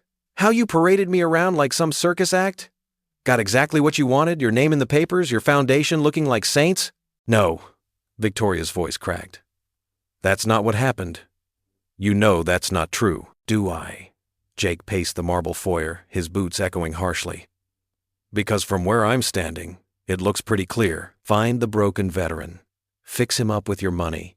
Make yourself look good." Tears spilled down Victoria's cheeks. "How can you say that? After everything we've shared?" "Shared?" Jake laughed bitterly. "What exactly have you shared, Victoria? Your mansion? Your perfect little charity project? While I laid bare every scar, every nightmare, every damn piece of myself?" "Please." Victoria stepped toward him, reaching out. "I would never use you or Lily. You have to believe me. That journalist, he twisted everything. I'm already having my lawyers contact the paper." "Of course you are. Throw money at it. That's your solution to everything, isn't it?" Victoria recoiled as if he'd slapped her. "That's not fair. You know about my anxiety, my panic attacks. Last night was one of the hardest things I've ever done. But I did it because I believed in this. In us." "Us?" Jake's voice turned cold. "There is no us. There's your world up here on the hill, and there's the real world down there where people actually struggle. I was an idiot to think those worlds could ever mix. Jake, please don't do this." Victoria's voice shook. "Don't let one bitter journalist destroy what we've built." "What we've built?" Jake headed for the door. "A fantasy. That's all this ever was. A nice little story about how the rich lady saved the broken soldier. Well, I'm done being your charity case." Victoria followed him outside, tears streaming freely now. "You're not a charity case, you're my friend. Maybe more than that." Jake stopped at the gates but didn't turn around. The morning sun cast his shadow long and dark across the manicured lawn. "I'm a fool is what I am, for thinking someone like you could understand someone like me." "But I do understand," Victoria cried out. "Please, Jake, don't walk away." Jake pushed through the gates, his heart turning to stone with each step. Behind him, he heard Victoria's sob echo across the grounds, but he didn't look back. He couldn't.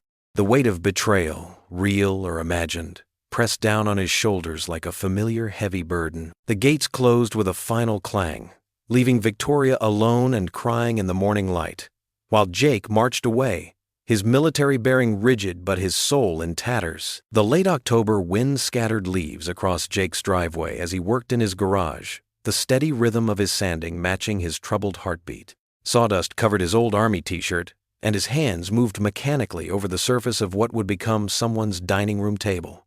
The familiar scent of cedar filled his nostrils, but even this couldn't calm the storm in his mind. Every morning for the past week, he'd driven Lily to school taking the long route, avoiding the mansion's iron gates. The coffee beans Victoria had given him sat untouched in the back of his cupboard. His phone showed 3 missed calls from her number, but he couldn't bring himself to listen to the voicemails. "Daddy?" Lily's voice broke through his thoughts. She stood in the garage doorway, her backpack clutched to her chest. "Are we going to have pancakes with Miss Victoria again?" Jake's hands stilled on the wood. "No, sweetheart, not anymore." "But why? She makes you smile." Lily's lower lip trembled slightly. Jake set down his sanding block and wiped his hands on his jeans. "Sometimes grown-ups. Sometimes things get complicated, Lilypad." Inside the mansion on the hill, Victoria paced her study, phone in hand. Her assistant Sarah stood by the door, holding a stack of papers. "Miss Hale, the Children's Hospital is requesting to reschedule your visit," Sarah said gently. "Cancel it," Victoria whispered, her voice hoarse from crying. "Cancel everything." Sarah hesitated. "The board members are concerned. They say—" "I don't care what they say." Victoria's voice cracked. She caught her reflection in the window, pale, dark circles under her eyes. The panic attacks had returned full force, leaving her trembling and unable to sleep. The newspaper article lay crumpled in her wastebasket, but its words haunted her. Calculated manipulation, orchestrated sympathy, strategic exploitation of veterans. Each phrase felt like a knife in her chest, but nothing hurt more than Jake's face when he'd read it, the betrayal in his eyes, the hardening of his jaw. At school, Lily sat at her desk during free time, her favorite purple crayon moving carefully across paper. Her teacher, Ms. Martinez, noticed the usually chatty girl's silence. "What are you writing, Lily?" she asked softly. "A special letter," Lily replied, her tongue poking out in concentration. "To fix something broken." The letter took shape in her careful third-grade handwriting. "Dear Ms. Victoria, Daddy is sad again. He doesn't sing in the morning anymore. I heard him crying last night when he thought I was sleeping. He misses you, but he's scared. Remember when you told me brave people feel scared too? Maybe you can be brave together. Please don't let him be alone. Love, Lily." She folded the paper carefully, tucking it into an envelope from her teacher's desk. Throughout the day, the letter burned in her backpack like a precious secret. After school, Jake buried himself in more work. A client needed cabinet repairs, and he lost himself in measurements and wood grain patterns. Lily watched from the kitchen window as she did her homework, her father's shoulders hunched against more than just the autumn chill. In her mansion, Victoria canceled another meeting. Her board members sent frustrated emails about the clinic's delayed opening. The gardens she'd once found peaceful now felt like a prison. She caught herself looking down the hill toward Jake's house, remembering the warmth of his small kitchen, the sound of Lily's laughter over pancakes. The sun began to set, painting the sky in shades of orange and purple. Lily waited until her father disappeared into the bathroom for his evening shower. She heard the water running and knew she had 15 minutes. "I'm getting the mail," she called out, knowing he probably couldn't hear her over the shower. Her sneakers crunched on fallen leaves as she ran down their driveway. Instead of turning toward their mailbox, she clutched the envelope tighter and headed up the hill. The massive iron gates that had once intimidated her now seemed sad, like bars on a cage. Lily's heart pounded as she approached Victoria's ornate mailbox. Standing on tiptoes, she carefully pushed the envelope through the slot. It made a soft swoosh as it fell inside. "Please work," she whispered to the gathering dusk. "Please make them brave." The walk home felt longer, weighted with hope and worry. When she reached her front porch, she heard the shower still running. Her secret was safe. Inside, she curled up on the couch with her stuffed elephant. The one Victoria had noticed matched her dress at the gala. The memory made her eyes sting with tears. Jake emerged from the shower, hair damp, wearing his old Army PT shirt. "Ready for dinner, kiddo?" he asked, trying to sound cheerful. "Can we have pancakes?" Lily asked quietly. Jake's forced smile faltered. "How about spaghetti instead?" Lily nodded, hugging her elephant tighter. She watched her father move around the kitchen, his movements mechanical, his eyes distant. The space where Victoria should be felt like a physical thing, an emptiness that filled their small house like fog. Up in her mansion, Victoria stood at her window, watching the last rays of sunlight fade. Her phone showed another missed call from the board, but she ignored it. Instead, she touched the glass, tracing the path down the hill where she used to watch Jake and Lily walk to school. The day settled into evening, both houses growing dark except for kitchen lights. Two beacons in the gathering night, separated by pride, fear, and a simple letter waiting to be discovered in the morning mail. Lily lay in bed later, saying her prayers. "Please, God," she whispered, "make my letter magic. Make it fix their hearts." She fell asleep, clutching her elephant, dreaming of pancakes and laughter and hands that weren't afraid to hold each other anymore. The night deepened, cricket songs filling the silence between two homes where two people lay awake, each wondering if they'd lost something precious, neither knowing that a child's love had planted seeds of hope in a simple envelope, waiting to bloom with the morning light. Morning sunlight filtered through Victoria's study windows, casting long shadows across her antique desk. She sat there, perfectly still, staring at the small envelope that her housekeeper had just delivered. The handwriting was unmistakably childlike, big, looping letters that spelled out, "To Miss Victoria," in purple crayon. Her hands trembled as she picked up the envelope. It had been 5 days since Jake had stormed away. 5 days of silence that felt like an eternity. The mansion had never felt more like a prison than it did now. Victoria carefully opened the envelope, trying to steady her shaking fingers. Inside was a piece of notebook paper, decorated with hand-drawn hearts and flowers in the margins. Her vision blurred as she read Lily's words. "Daddy thinks he's broken, but you make him smile. Please don't let him be alone." The simplicity of the message hit Victoria like a physical blow. She pressed her hand to her mouth, trying to hold back a sob, but it escaped anyway, echoing in the empty room. Tears rolled down her cheeks, dotting the paper. "Oh, Lily," she whispered, running her fingers over the child's careful writing. Victoria stood up abruptly, the chair scraping against the hardwood floor. She walked to the floor-to-ceiling windows, watching as rain began to fall outside. Her reflection stared back at her. Perfectly coiffed hair, designer outfit, everything in place. Everything, except her heart, which felt like it was being squeezed in a vice. She thought about Jake's face when he'd read that newspaper article, the hurt and betrayal in his eyes. She remembered how he'd stormed away, leaving her standing there, unable to find the words to make him stay. The board had wanted to issue a statement, to handle it through proper channels, but Victoria knew now that wasn't the answer. Her anxiety crept up, wrapping around her chest like a familiar, suffocating blanket. The thought of driving to Jake's house, of facing him, made her heart race. She pressed her forehead against the cool glass, trying to steady her breathing the way Jake had taught her. "In for 4, hold for 4, out for 4, she whispered, following the rhythm they'd practiced together. Victoria's eyes fell on a framed photo on her desk, one that Lily had taken at the pancake dinner. It showed Victoria and Jake laughing over something now forgotten, syrup bottles and messy plates scattered between them. The joy in that captured moment was real, unscripted, nothing like the carefully orchestrated photos that usually filled her life. She walked back to her desk and picked up the frame, running her finger over the glass. That evening had been the first time in years she'd felt truly herself. No pretenses, no expectations. Just warmth and laughter, and the simple pleasure of sharing a meal with people who saw her as more than her bank account. Victoria glanced at her phone. Dozens of missed calls from board members, all probably wanting to discuss damage control for the article. But Lily's letter kept drawing her eyes back, those simple words cutting through all the noise. Her hands were still shaking, but now for a different reason. She walked to her closet, pushing past the designer dresses and suits, until she found what she was looking for. A simple sweater and jeans she'd bought on a whim, but never had the courage to wear in public. As she changed, Victoria caught sight of herself in the mirror. Without her usual armor of formal clothes and perfect makeup, she looked different. Vulnerable. Real. The anxiety surged again, stronger this time. What if Jake refused to see her? What if he threw her words back in her face? What if the press caught wind of her going to his house?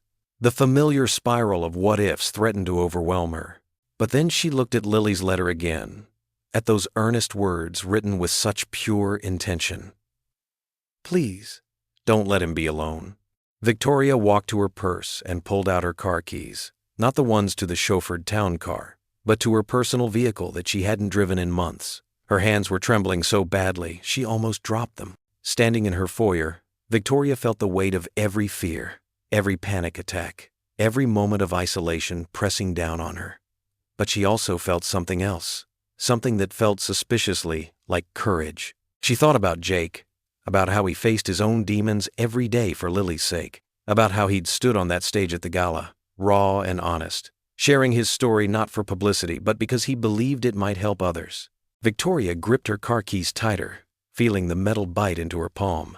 The sensation grounded her, much like Jake had taught her to use physical sensations to stay present during anxiety attacks. The walk to her garage felt like miles. Each step was a battle against the voice in her head that screamed at her to retreat to the safety of her mansion. But Lily's words kept her moving forward. You make him smile. Victoria reached her car, a modest sedan she'd bought years ago, before anxiety had confined her to chauffeured vehicles and carefully controlled environments. She placed her hand on the door handle, feeling the cool metal beneath her fingers. No more hiding, she whispered, her voice barely audible over the sound of rain against the garage roof. The words hung in the air, a promise to herself, to Jake, to Lily. Victoria took one more deep breath, squared her shoulders, and opened the car door. It was time to be as brave as the people she loved believed she could be. Victoria's hands shook as she gripped the steering wheel of her silver Mercedes. She hadn't driven herself anywhere in 3 years, not since that horrible panic attack on the freeway that had left her stranded for hours. But today was different. Today, she had to be brave. The late morning sun beat down on her windshield as she pulled away from her mansion's circular driveway. Her security team had protested, of course. Martin, her head of security, had practically begged her to at least let him follow in another car. But she had been firm. She needed to do this alone. Daddy thinks he's broken, but you make him smile. Lily's words echoed in her mind as she navigated the quiet streets of their small town. Victoria whispered them like a mantra, trying to steady her racing heart. Please don't let him be alone. Her GPS chirped directions, though she already knew the way to Jake's house by heart. She'd driven past it countless times in her chauffeured car, always too afraid to stop. The familiar symptoms of panic started creeping in. Shortness of breath, tingling fingers, the sensation that the world was closing in around her. Victoria forced herself to take deep breaths, the way Jake had shown her during their practice sessions for the gala. Jake, the thought of him brought fresh pain. The hurt in his eyes when he'd seen that newspaper article had haunted her dreams for days. She understood his reaction. The article had painted her as a calculating socialite using veterans' pain for publicity. If she hadn't known her own heart, she might have believed it too. Victoria slowed the car as she turned onto Maple Street. The modest houses here were well-maintained but simple, with small yards and American flags flying from front porches. Jake's house was halfway down the block, the white one with the beautiful carpenter's details he'd added himself. The flower boxes under the windows were bursting with the marigolds Lily had planted. Her hands were trembling so badly now that she had to grip the steering wheel tighter. The world seemed to swim at the edges of her vision. You can do this, she whispered to herself. Do it for Lily. Do it for Jake. Do it for yourself. Parking in front of Jake's house felt like the hardest thing she'd ever done. Victoria sat there for several long moments, watching the curtain in the front window flutter. Was that Lily peeking out? The thought gave her courage. With deliberate movements, She reached for her purse and pulled out Lily's letter. The purple crayon had smudged slightly, where her tears had fallen on it. Victoria ran her fingers over the words one more time, drawing strength from their simple truth. The walk from her car to Jake's front door felt like miles. Each step required conscious effort. Left foot, right foot, breathe. Her designer heels clicked softly against the concrete path that wound through the small front yard. The morning glory vines that Lily had told her about were beginning to climb the trellis Jake had built. Victoria's heart thundered in her chest as she reached the porch steps. The old wood creaked under her feet, such a different sound from the marble floors of her mansion. Up here, she could smell the fresh paint on the porch swing and see the half-finished birdhouse on Jake's workbench. Little pieces of their life, of the home they built together. Her hand shook as she reached for the doorbell. The simple chime seemed to echo through the house beyond. Victoria fought the urge to run back to her car. She could hear movement inside, heavy footsteps that could only belong to Jake. The lock clicked, and Victoria held her breath. The door opened slowly, revealing Jake in his work clothes, sawdust still clinging to his shirt. His eyes widened in surprise, then narrowed with that same hurt she remembered from the gala night. They stood there in heavy silence, the morning sun casting long shadows between them. Jake's face was a storm of emotions: surprise, anger, confusion, and something else, something that looked almost like longing. His hand gripped the doorframe tightly, as if he needed it to stay upright. Victoria saw the shadows under his eyes, the tension in his jaw. He looked as sleepless as she felt. His gaze flickered to her trembling hands, to the car parked at the curb, and back to her face. The silence stretched between them, thick with all the words they hadn't said. Jake's eyes held such conflict, the warrior's instinct to protect himself, warring with something softer, something that remembered pancake breakfasts and quiet conversations under the stars. He opened his mouth as if to speak, then closed it again, his grip on the doorframe tightening until his knuckles turned white. Victoria stood her ground, though every instinct screamed at her to flee. She'd come this far. She wouldn't run, not this time, not from him. They faced each other across the threshold, two wounded souls at a crossroads, neither knowing quite what to say, but both knowing this moment would change everything. The kitchen's fluorescent light buzzed quietly overhead as Victoria stood near Jake's worn countertop, her designer dress out of place among the modest surroundings.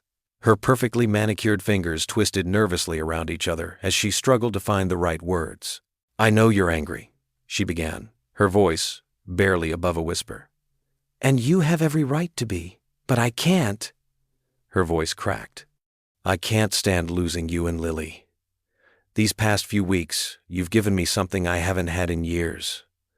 Hope." Jake leaned against the refrigerator, his arms crossed tightly across his chest. The morning newspaper lay crumpled on the kitchen table, its harsh headlines still visible. His jaw clenched and unclenched as he fought against the storm of emotions within. "I never asked for your charity," he said gruffly, but his voice lacked its usual strength. Victoria took a shaky step forward. "Is that what you think this is? Charity?" Tears welled in her eyes. "Jake, you're the first person in years who's seen me as more than just a bank account or a name in the papers. When I'm with you and Lily, I'm just Victoria, just me." She gestured at herself, her hands trembling. "Look at me. I drove here myself today.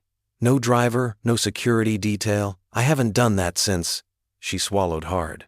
"Since my panic attacks started getting bad, but I had to come, because you matter more than my fear." Jake's stance softened slightly, but his eyes remained guarded. "You don't understand. Your world and mine, they're different. That reporter was right. I don't belong in your world of galas and charity events. I'm just a broken soldier trying to raise his daughter right." "Stop it," Victoria said, her voice suddenly firm despite her tears. "Stop pushing me away because you think you're protecting me." "I've spent years hiding behind my wealth, thinking money could fix everything. But it can't fix what's broken inside me. Only people can do that. You and Lily, you've shown me that." Jake's carefully constructed walls began to crack. His shoulders slumped, and he ran a rough hand across his face. "I wake up screaming some nights," he admitted, his voice raw. "The nightmares, they never really go away. And sometimes in crowds I lose track of where I am. What kind of life is that for someone like you?" Victoria stepped closer, close enough to see the pain etched in the lines around his eyes. "And I have panic attacks so bad I can't breathe. Sometimes I can't leave my house for days." "What kind of life is that for anyone?" She gave a sad laugh.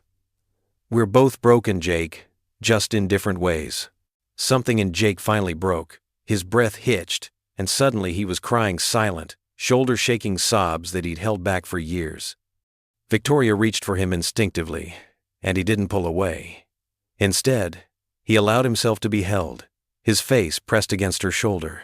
"I'm so tired," he whispered against her collar. "Tired of fighting alone. Tired of pretending I'm okay for Lily's sake. Tired of being strong all the time." Victoria's own tears fell freely now, mixing with his. "Then stop fighting alone," she murmured, her fingers gently stroking his back. "Let me fight with you. Let me be strong when you can't be, and you can be strong when I can't." They stood there in the kitchen, two broken people holding each other up, their tears washing away the walls they'd built around their hearts. The morning light streamed through the window, casting warm patterns on the linoleum floor. After what seemed like hours but was probably only minutes, Jake pulled back slightly. His eyes were red but clearer now, as if a weight had been lifted. He looked at Victoria, really looked at her, seeing not the wealthy philanthropist but the woman who'd driven through her fears to reach him. "Maybe," he said softly, his voice rough with emotion, "maybe we can fight together." Victoria's hand found his, their fingers intertwining. She squeezed gently, feeling the calluses on his palm against her soft skin. Two different worlds, meeting in the middle. She didn't need to say anything. Her touch said everything. The kitchen's fluorescent light continued its quiet buzz overhead, but now it seemed to illuminate something new, something fragile but real, born from shared pain and mutual understanding. Through their clasped hands flowed the promise of healing. Not alone, but together. The autumn breeze rustled through the trees surrounding the new Veterans PTSD clinic, a modern two-story building with warm brick walls and large, welcoming windows. Rows of white chairs filled the lawn where community members gathered for the ribbon-cutting ceremony. The morning sun cast long shadows across the pristine sidewalks as people settled into their seats. Jake Callahan stood at the edge of the small stage, his hand intertwined with Victoria's. His navy suit was pressed perfectly this time, a gift from Victoria he'd finally accepted with grace rather than pride. His other hand held note cards, though they trembled slightly. But this time, the trembling wasn't from fear. Victoria squeezed his hand gently. She wore a simple blue dress, her honey blonde hair caught in the breeze. Gone was the rigid posture of someone expecting disaster. Instead, she stood tall with quiet confidence, though her grip on Jake's hand revealed she still needed his strength. In the front row, Lily bounced in her seat, wearing her favorite yellow dress. She beamed up at them, giving an enthusiastic thumbs up. Next to her, several of Jake's veteran friends sat in solidarity, their presence a testament to the healing power of community. The mayor approached the podium, tapping the microphone. "Ladies and gentlemen, thank you for joining us on this momentous occasion.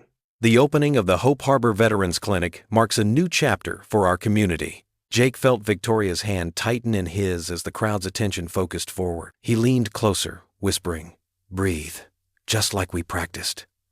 She nodded, following his steady rhythm of inhales and exhales. "And now," the mayor continued, "I'd like to invite Jake Callahan to say a few words." Jake stepped forward but didn't let go of Victoria's hand. Instead, he guided her with him to the podium. The note cards remained untouched in his pocket. He didn't need them anymore. "A few months ago," Jake began, his voice clear and strong, "I stood at a different podium, carrying the weight of my struggles alone. I thought that's what strength meant. Bearing your burdens in silence." He paused, looking at Victoria with a soft smile.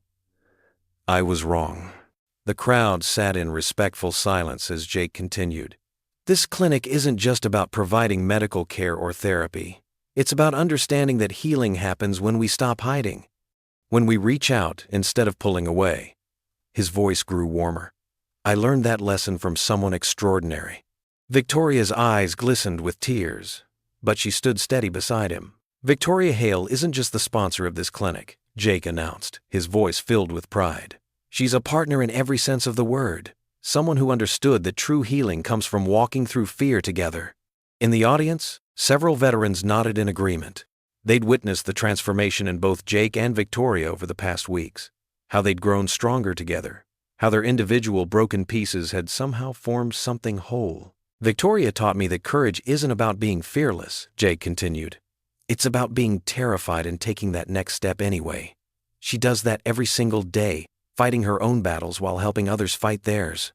Victoria stepped closer to the microphone, her voice soft but unwavering. This clinic represents hope, she said, surprising even herself with her steadiness. Hope that none of us have to face our demons alone. The crowd broke into applause, led by an enthusiastic Lily who jumped up and down, clapping wildly. Jake's veteran friend stood up, offering a respectful salute that brought fresh tears to Victoria's eyes.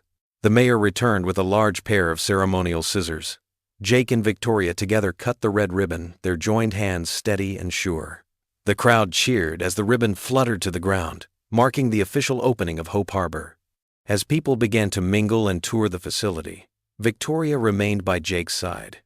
Her usual anxiety about crowds had softened to a manageable hum rather than its usual roar. Jake's solid presence beside her created a bubble of calm she could rely on. Lily rushed up to them, wrapping her arms around both their waists. "You did it!" she exclaimed. "You weren't even scared!" Victoria knelt down to Lily's level, smoothing the girl's dark curls. "I was a little scared," she admitted with a gentle smile. "But that's okay. Your daddy taught me that being brave means doing something even when you're scared." Jake watched them, his heart full. The woman who once hid behind mansion walls now knelt on grass in an expensive dress, completely present in the moment. The transformation wasn't just in the big moments, it was in these small ones too. Several veterans approached, wanting to share their stories and gratitude. Instead of retreating, Victoria stood with Jake, listening to each one. Her hand remained firmly in his, but her smile was genuine, her responses thoughtful and engaged. As the morning wore on, the crowd began to thin. The autumn sun climbed higher in the sky, warming the crisp air. Victoria stood at the clinic's entrance, watching people explore the facility she'd helped create. But this time, it wasn't just her money that had built something meaningful.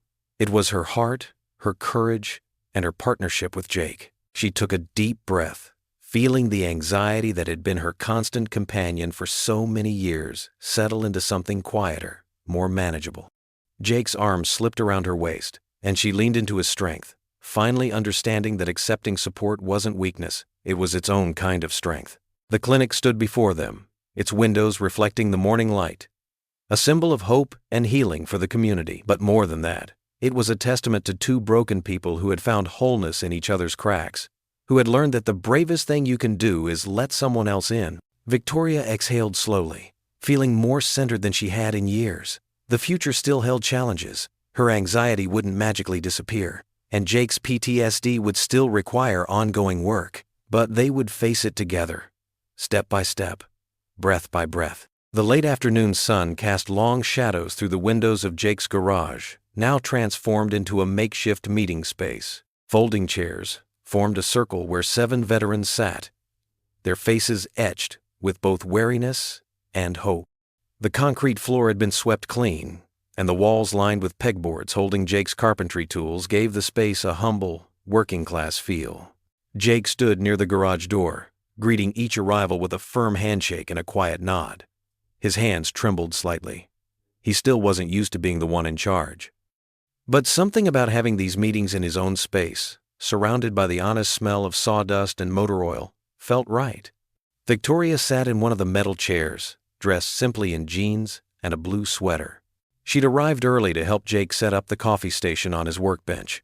Now she watched as he moved to the center of the circle, his shoulders squared with purpose. "Welcome, everyone," Jake said, his voice steady despite his nerves. "Some of you know me from the clinic opening. I'm Jake Callahan, and this is my garage." A few chuckles broke the tension. But today, it's our space. A place where we can talk about what we've been through, what we're still going through. The veterans shifted in their seats, some staring at their boots, others scanning the room with military-trained awareness. A young woman in her 20s, fresh from her last tour, kept her prosthetic leg slightly extended, while an older man with gray temples gripped his coffee cup like a lifeline. "I used to think I had to handle everything alone," Jake continued, running a hand through his hair. "Thought asking for help meant I was weak, but my daughter Lily. His voice softened at her name. She taught me that sometimes the bravest thing we can do is let others in. Victoria felt her heart swell as she watched him speak. His words weren't polished like the speeches at the gala, but they carried a raw honesty that reached deeper. She noticed how his hands had steadied, how his voice grew stronger as he shared his own struggles with nightmares and flashbacks. One by one, the veterans began to open up. A former Marine described the guilt of surviving when his best friend didn't. The young woman with the prosthetic admitted she couldn't sleep without checking her doors 3 times. Each story was different, yet connected by threads of shared pain and resilience. Victoria listened intently, her notebook untouched in her lap. She'd brought it thinking she might take notes for the clinic, but now realized that wasn't what this space was about. This wasn't about statistics or funding. It was about human connection. When there was a natural lull in the conversation, Victoria surprised herself by speaking up. "I'm not a veteran," she began, her voice quiet but clear. "But I know what it's like to feel trapped by your own mind." Her hands twisted in her lap as all eyes turned to her. "For years, I could barely leave my house. Panic attacks made me feel like I was dying. I built walls around myself, thinking they'd keep me safe, but they just kept me lonely." The room fell silent, but it wasn't an uncomfortable silence. It was the kind of silence that comes when truth meets understanding. The older veteran, with the coffee cup, nodded slowly, recognition in his eyes. "The thing is," Victoria continued, her voice growing stronger, "we all have different battles, but the fear feels the same. And maybe that's why we need each other, to remind ourselves we're not alone in the fight." Jake watched her from across the circle, pride and tenderness mixing in his expression. He'd seen her face down, her fears at the gala, but this quiet courage in his simple garage felt even more meaningful. The meeting continued, stories and support flowing naturally. Someone shared a technique for grounding during flashbacks. Another talked about how gardening helped calm their thoughts. Victoria spoke about breathing exercises that helped with panic attacks, and several veterans took notes. As the sun began to set, casting orange light through the high windows, Jake stood again. "Thank you all for coming. Same time next week?" Heads nodded as people began to rise, exchanging phone numbers and handshakes. The young woman with the prosthetic paused by Victoria's chair. "Thanks for sharing," she said softly. "It helps knowing anxiety doesn't make you weak." Victoria reached out and squeezed her hand, words unnecessary. As the last vehicle pulled away from the curb, Jake and Victoria began stacking chairs. The coffee pot gurgled its last drops, and the garage felt peaceful in the growing dusk. Jake moved closer to Victoria, his eyes full of emotion. Without a word, he pulled her into a tight hug. Victoria melted into his embrace, feeling the steady beat of his heart against her cheek. "You're healing too," he whispered into her hair, his voice thick with understanding. Snowflakes drifted lazily past the frosted windows of Jake's modest home, coating the world outside in a gentle blanket of white. Inside, the living room glowed with the warm light of table lamps, and the scent of hot cocoa and pine needles filled the air. Victoria stood beside a freshly cut Christmas tree, carefully unwrapping delicate ornaments from tissue paper while Lily bounced excitedly around her. "This one's from when I was in kindergarten." Lily held up a handmade ornament, a popsicle stick frame containing her gap-toothed school photo. "Daddy says we have to put it right in front where everyone can see it." Victoria smiled.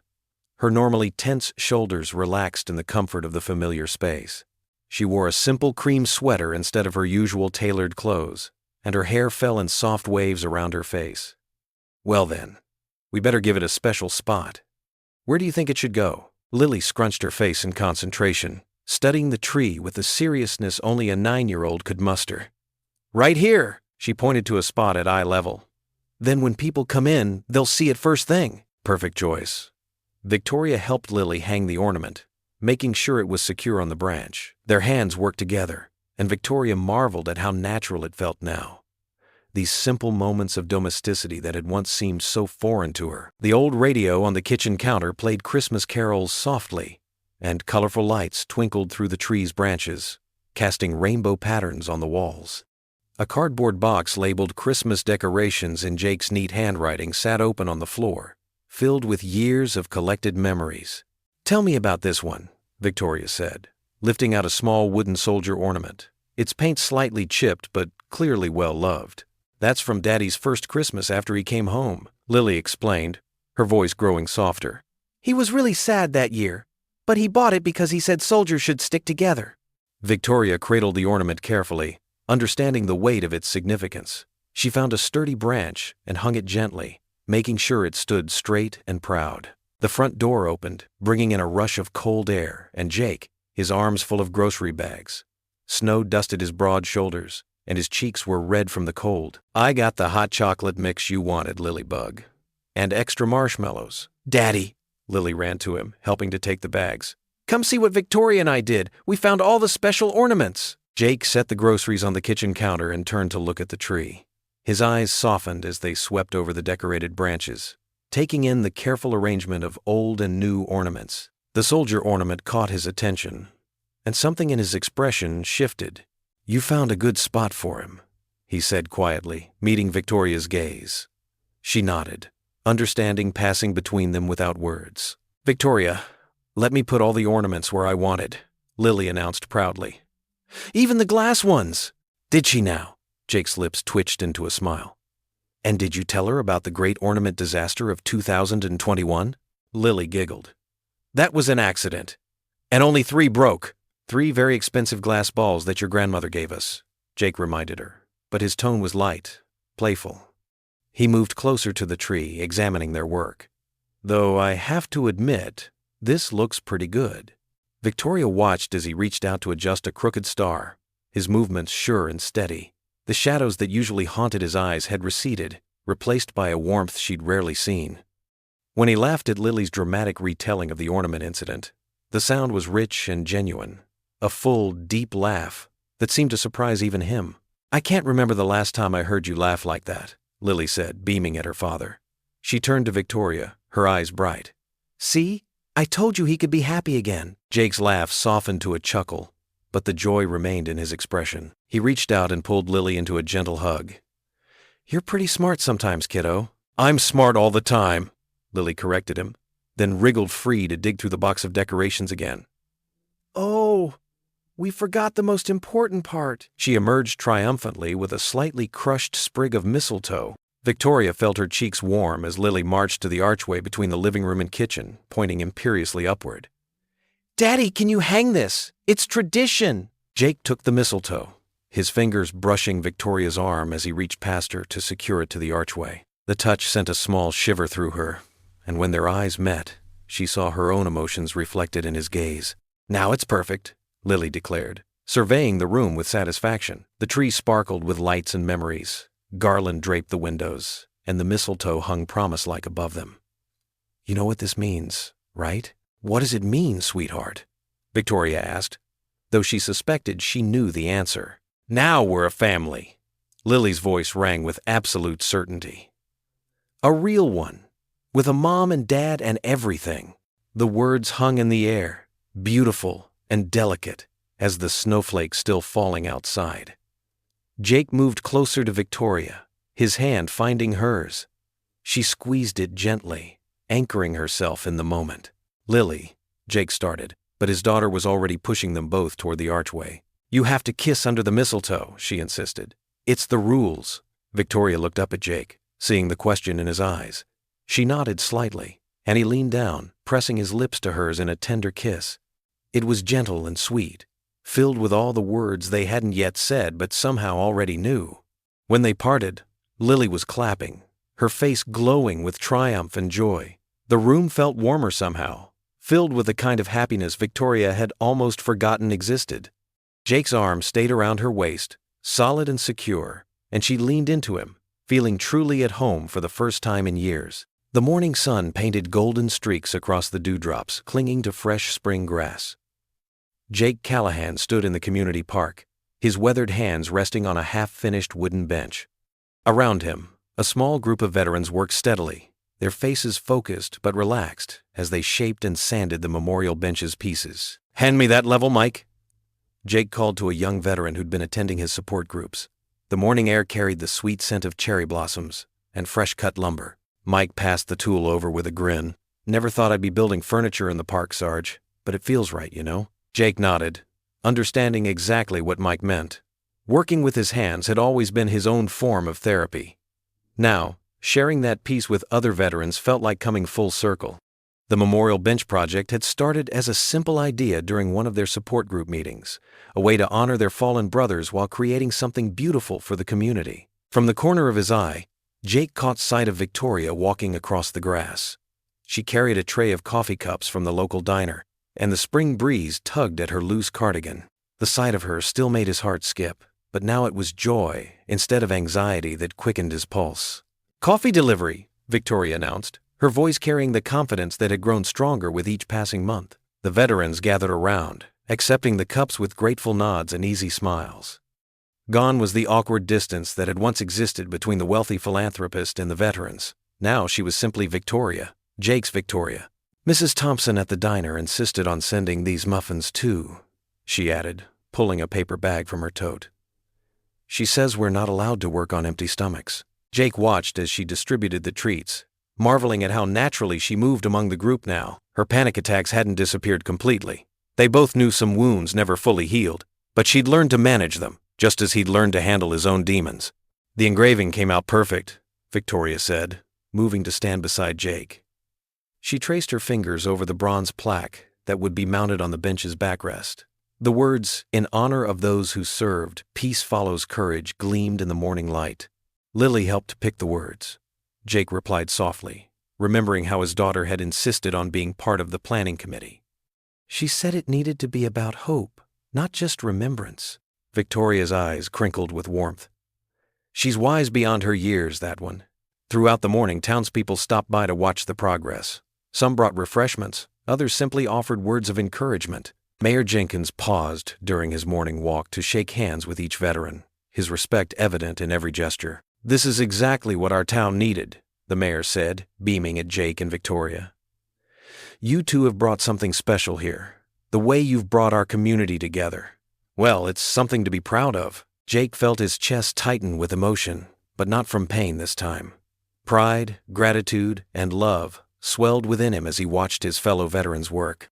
They moved with purpose, their movements steady and sure. These were men who'd once felt lost, just as he had, but now they were building something lasting, something meaningful. Victoria had stepped away to help Sarah, one of the newer members of their support group, arrange flowers around the bench's designated spot.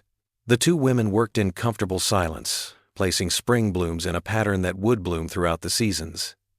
The sight of Victoria's designer jeans stained with dirt as she knelt in the grass made Jake smile. She'd come so far from the reclusive woman who'd once hidden behind mansion walls. As the afternoon sun began its descent, the memorial bench stood complete. The cherry wood gleamed with fresh varnish, and the bronze plaque caught the light like a beacon.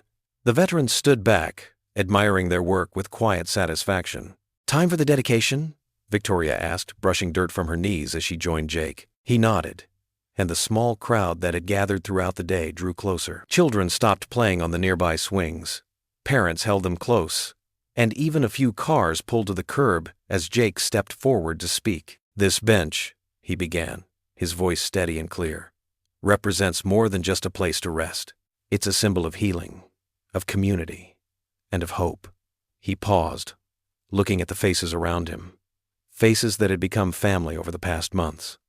"When we started our support group, we were all fighting private battles, but together, we found strength. This memorial stands as a reminder that no one fights alone." Victoria moved to stand beside him, her presence warm and reassuring. The townspeople applauded softly, and several veterans wiped at their eyes. Sarah stepped forward to lay a wreath of spring flowers at the bench's base, and Mike led a moment of silence. As the crowd began to disperse, Jake and Victoria remained, watching the setting sun paint the sky in shades of pink and gold. The new bench caught the light perfectly, its smooth surface inviting rest and reflection. Jake felt Victoria's hands slip into his, their fingers intertwining with familiar comfort. The evening breeze carried the scent of blooming flowers and new beginnings. Around them, the park slowly emptied, leaving them in peaceful solitude. The moment felt right, perfect even, as Jake turned to Victoria. Everything they'd been through, the nightmares, the panic attacks, the misunderstandings, and the healing, had led them here. He squeezed her hand gently. We found peace, didn't we? He asked softly. Victoria nodded, her eyes shining with understanding and love. The evening air carried the sweet scent of blooming jasmine as Jake, Victoria, and Lily settled onto the worn wooden porch swing. The setting sun painted the sky in brilliant strokes of orange and pink, casting long shadows across Jake's modest front yard. Victoria had kicked off her expensive shoes, letting her bare feet touch the weathered boards beneath them. She looked different now, softer, more at ease in simple jeans and one of Jake's old sweaters. Lily nestled between them, her small frame causing the swing to creak gently as she swung her legs back and forth. "Can we go camping this summer?" she asked, her eyes bright with hope. "Tommy from school said his family goes to Lake Mitchell every year." Jake's arm, draped across the back of the swing, brushed Victoria's shoulder. "Camping, huh?" He exchanged a knowing look with Victoria. "I suppose we could manage that. Though I'm not sure how Miss Victoria here feels about sleeping on the ground." Victoria laughed, a sound that had become wonderfully common these days. "I'll have you know I went to summer camp once." She paused, grinning. "For exactly one night before calling my parents to pick me up. But now you're brave," Lily declared, reaching for Victoria's hand. "You're not scared of anything anymore." Victoria squeezed the little girl's fingers. "Oh, sweetheart, I still get scared sometimes. We all do." She glanced at Jake, her eyes soft with understanding. "But being scared doesn't stop us anymore, does it?" Jake shook his head, his expression thoughtful. "No, it doesn't." He watched a pair of cardinals flit across the yard. "You know, I've been thinking about expanding the support program. There's a town about 40 miles south that's been asking about starting their own veterans group." "Really?" Victoria straightened, her eyes lighting up. "The foundation could help set up a satellite clinic there. Maybe partner with their local medical center?" Her voice grew animated as she spoke, a far cry from the anxious woman who once couldn't leave her mansion. "We could create a whole network of support centers. Look at you two, saving the world," Lily giggled, reaching up to pat both their cheeks. "Daddy helps the brave soldiers, and Victoria makes sure they have nice places to talk." Jake pulled his daughter closer, pressing a kiss to the top of her head. "Speaking of nice places to talk, I saw Mrs. Peterson from church today. She asked if we'd host the summer block party this year." Victoria's eyebrows shot up. "Here? With all those people?" There was a flicker of her old anxiety, but it was quickly replaced by determination. "Actually, that sounds wonderful. We could use both houses, the yard here for the barbecue and the mansion's gardens for the kids to play in. And the fountain!" Lily bounced excitedly. "Can we put fish in it? Tommy says his aunt has a pond with orange fish that eat from your hand." Jake chuckled. "Let's start with the block party before we stock Victoria's fountain with koi fish." He paused, his voice growing softer. "You know, a year ago, I wouldn't have even considered hosting anything. Kept thinking I needed to protect Lily from seeing my bad days." Victoria leaned her head against his shoulder, "and I was convinced I needed those walls around my house, around my heart to feel safe." She smiled at Lily. "But then this little angel broke all our rules." "That's 'cause rules are silly when people are sad," Lily stated matter-of-factly, snuggling deeper between them. "Miss Andrews at school says love is the best medicine, better than those yucky cherry pills." The swing rocked gently as they sat in comfortable silence, watching the sun sink lower on the horizon. The first fireflies of the season began to twinkle in the gathering dusk, drawing delighted gasps from Lily. "What else should we do this summer?" Victoria asked, her fingers absently playing with Lily's hair. "Besides camping and the block party?" "Beach!" Lily exclaimed. "I've never seen the ocean. Can we go, please?" Jake pretended to consider it carefully. "Well, I suppose we could manage a week at the coast, though someone might have to teach me how to relax on vacation." He winked at Victoria. "Oh, I think I can handle that assignment," Victoria replied with a smile. "I've become quite the expert at doing nothing lately. It's very therapeutic." "You're not doing nothing," Lily protested. "You're loving us. That's the biggest something ever." The simple wisdom of her words hung in the air, making both adults catch their breath. Jake cleared his throat, fighting the emotion that threatened to overwhelm him. Victoria wiped at her eyes, not bothering to hide her tears. The last rays of sunlight painted the clouds in deep purple and gold, and a cool evening breeze rustled through the trees. Lily yawned, curling up tighter between Jake and Victoria. Her voice was sleepy as she murmured, "No, nobody's sad anymore." Jake and Victoria's eyes met over their daughter's head, sharing a tearful smile as the day's final light faded from the sky. Their hands found each other, fingers intertwining in the growing darkness. No words were needed. They both knew this moment, this peace, was everything they'd been searching for. What would you do if you were in their place? Comment your answer below, and let's see how you'd rewrite the ending. If you enjoyed the story of Jake Callahan, I handpicked the next story that you will enjoy. Please don't miss this one. Click here to watch it.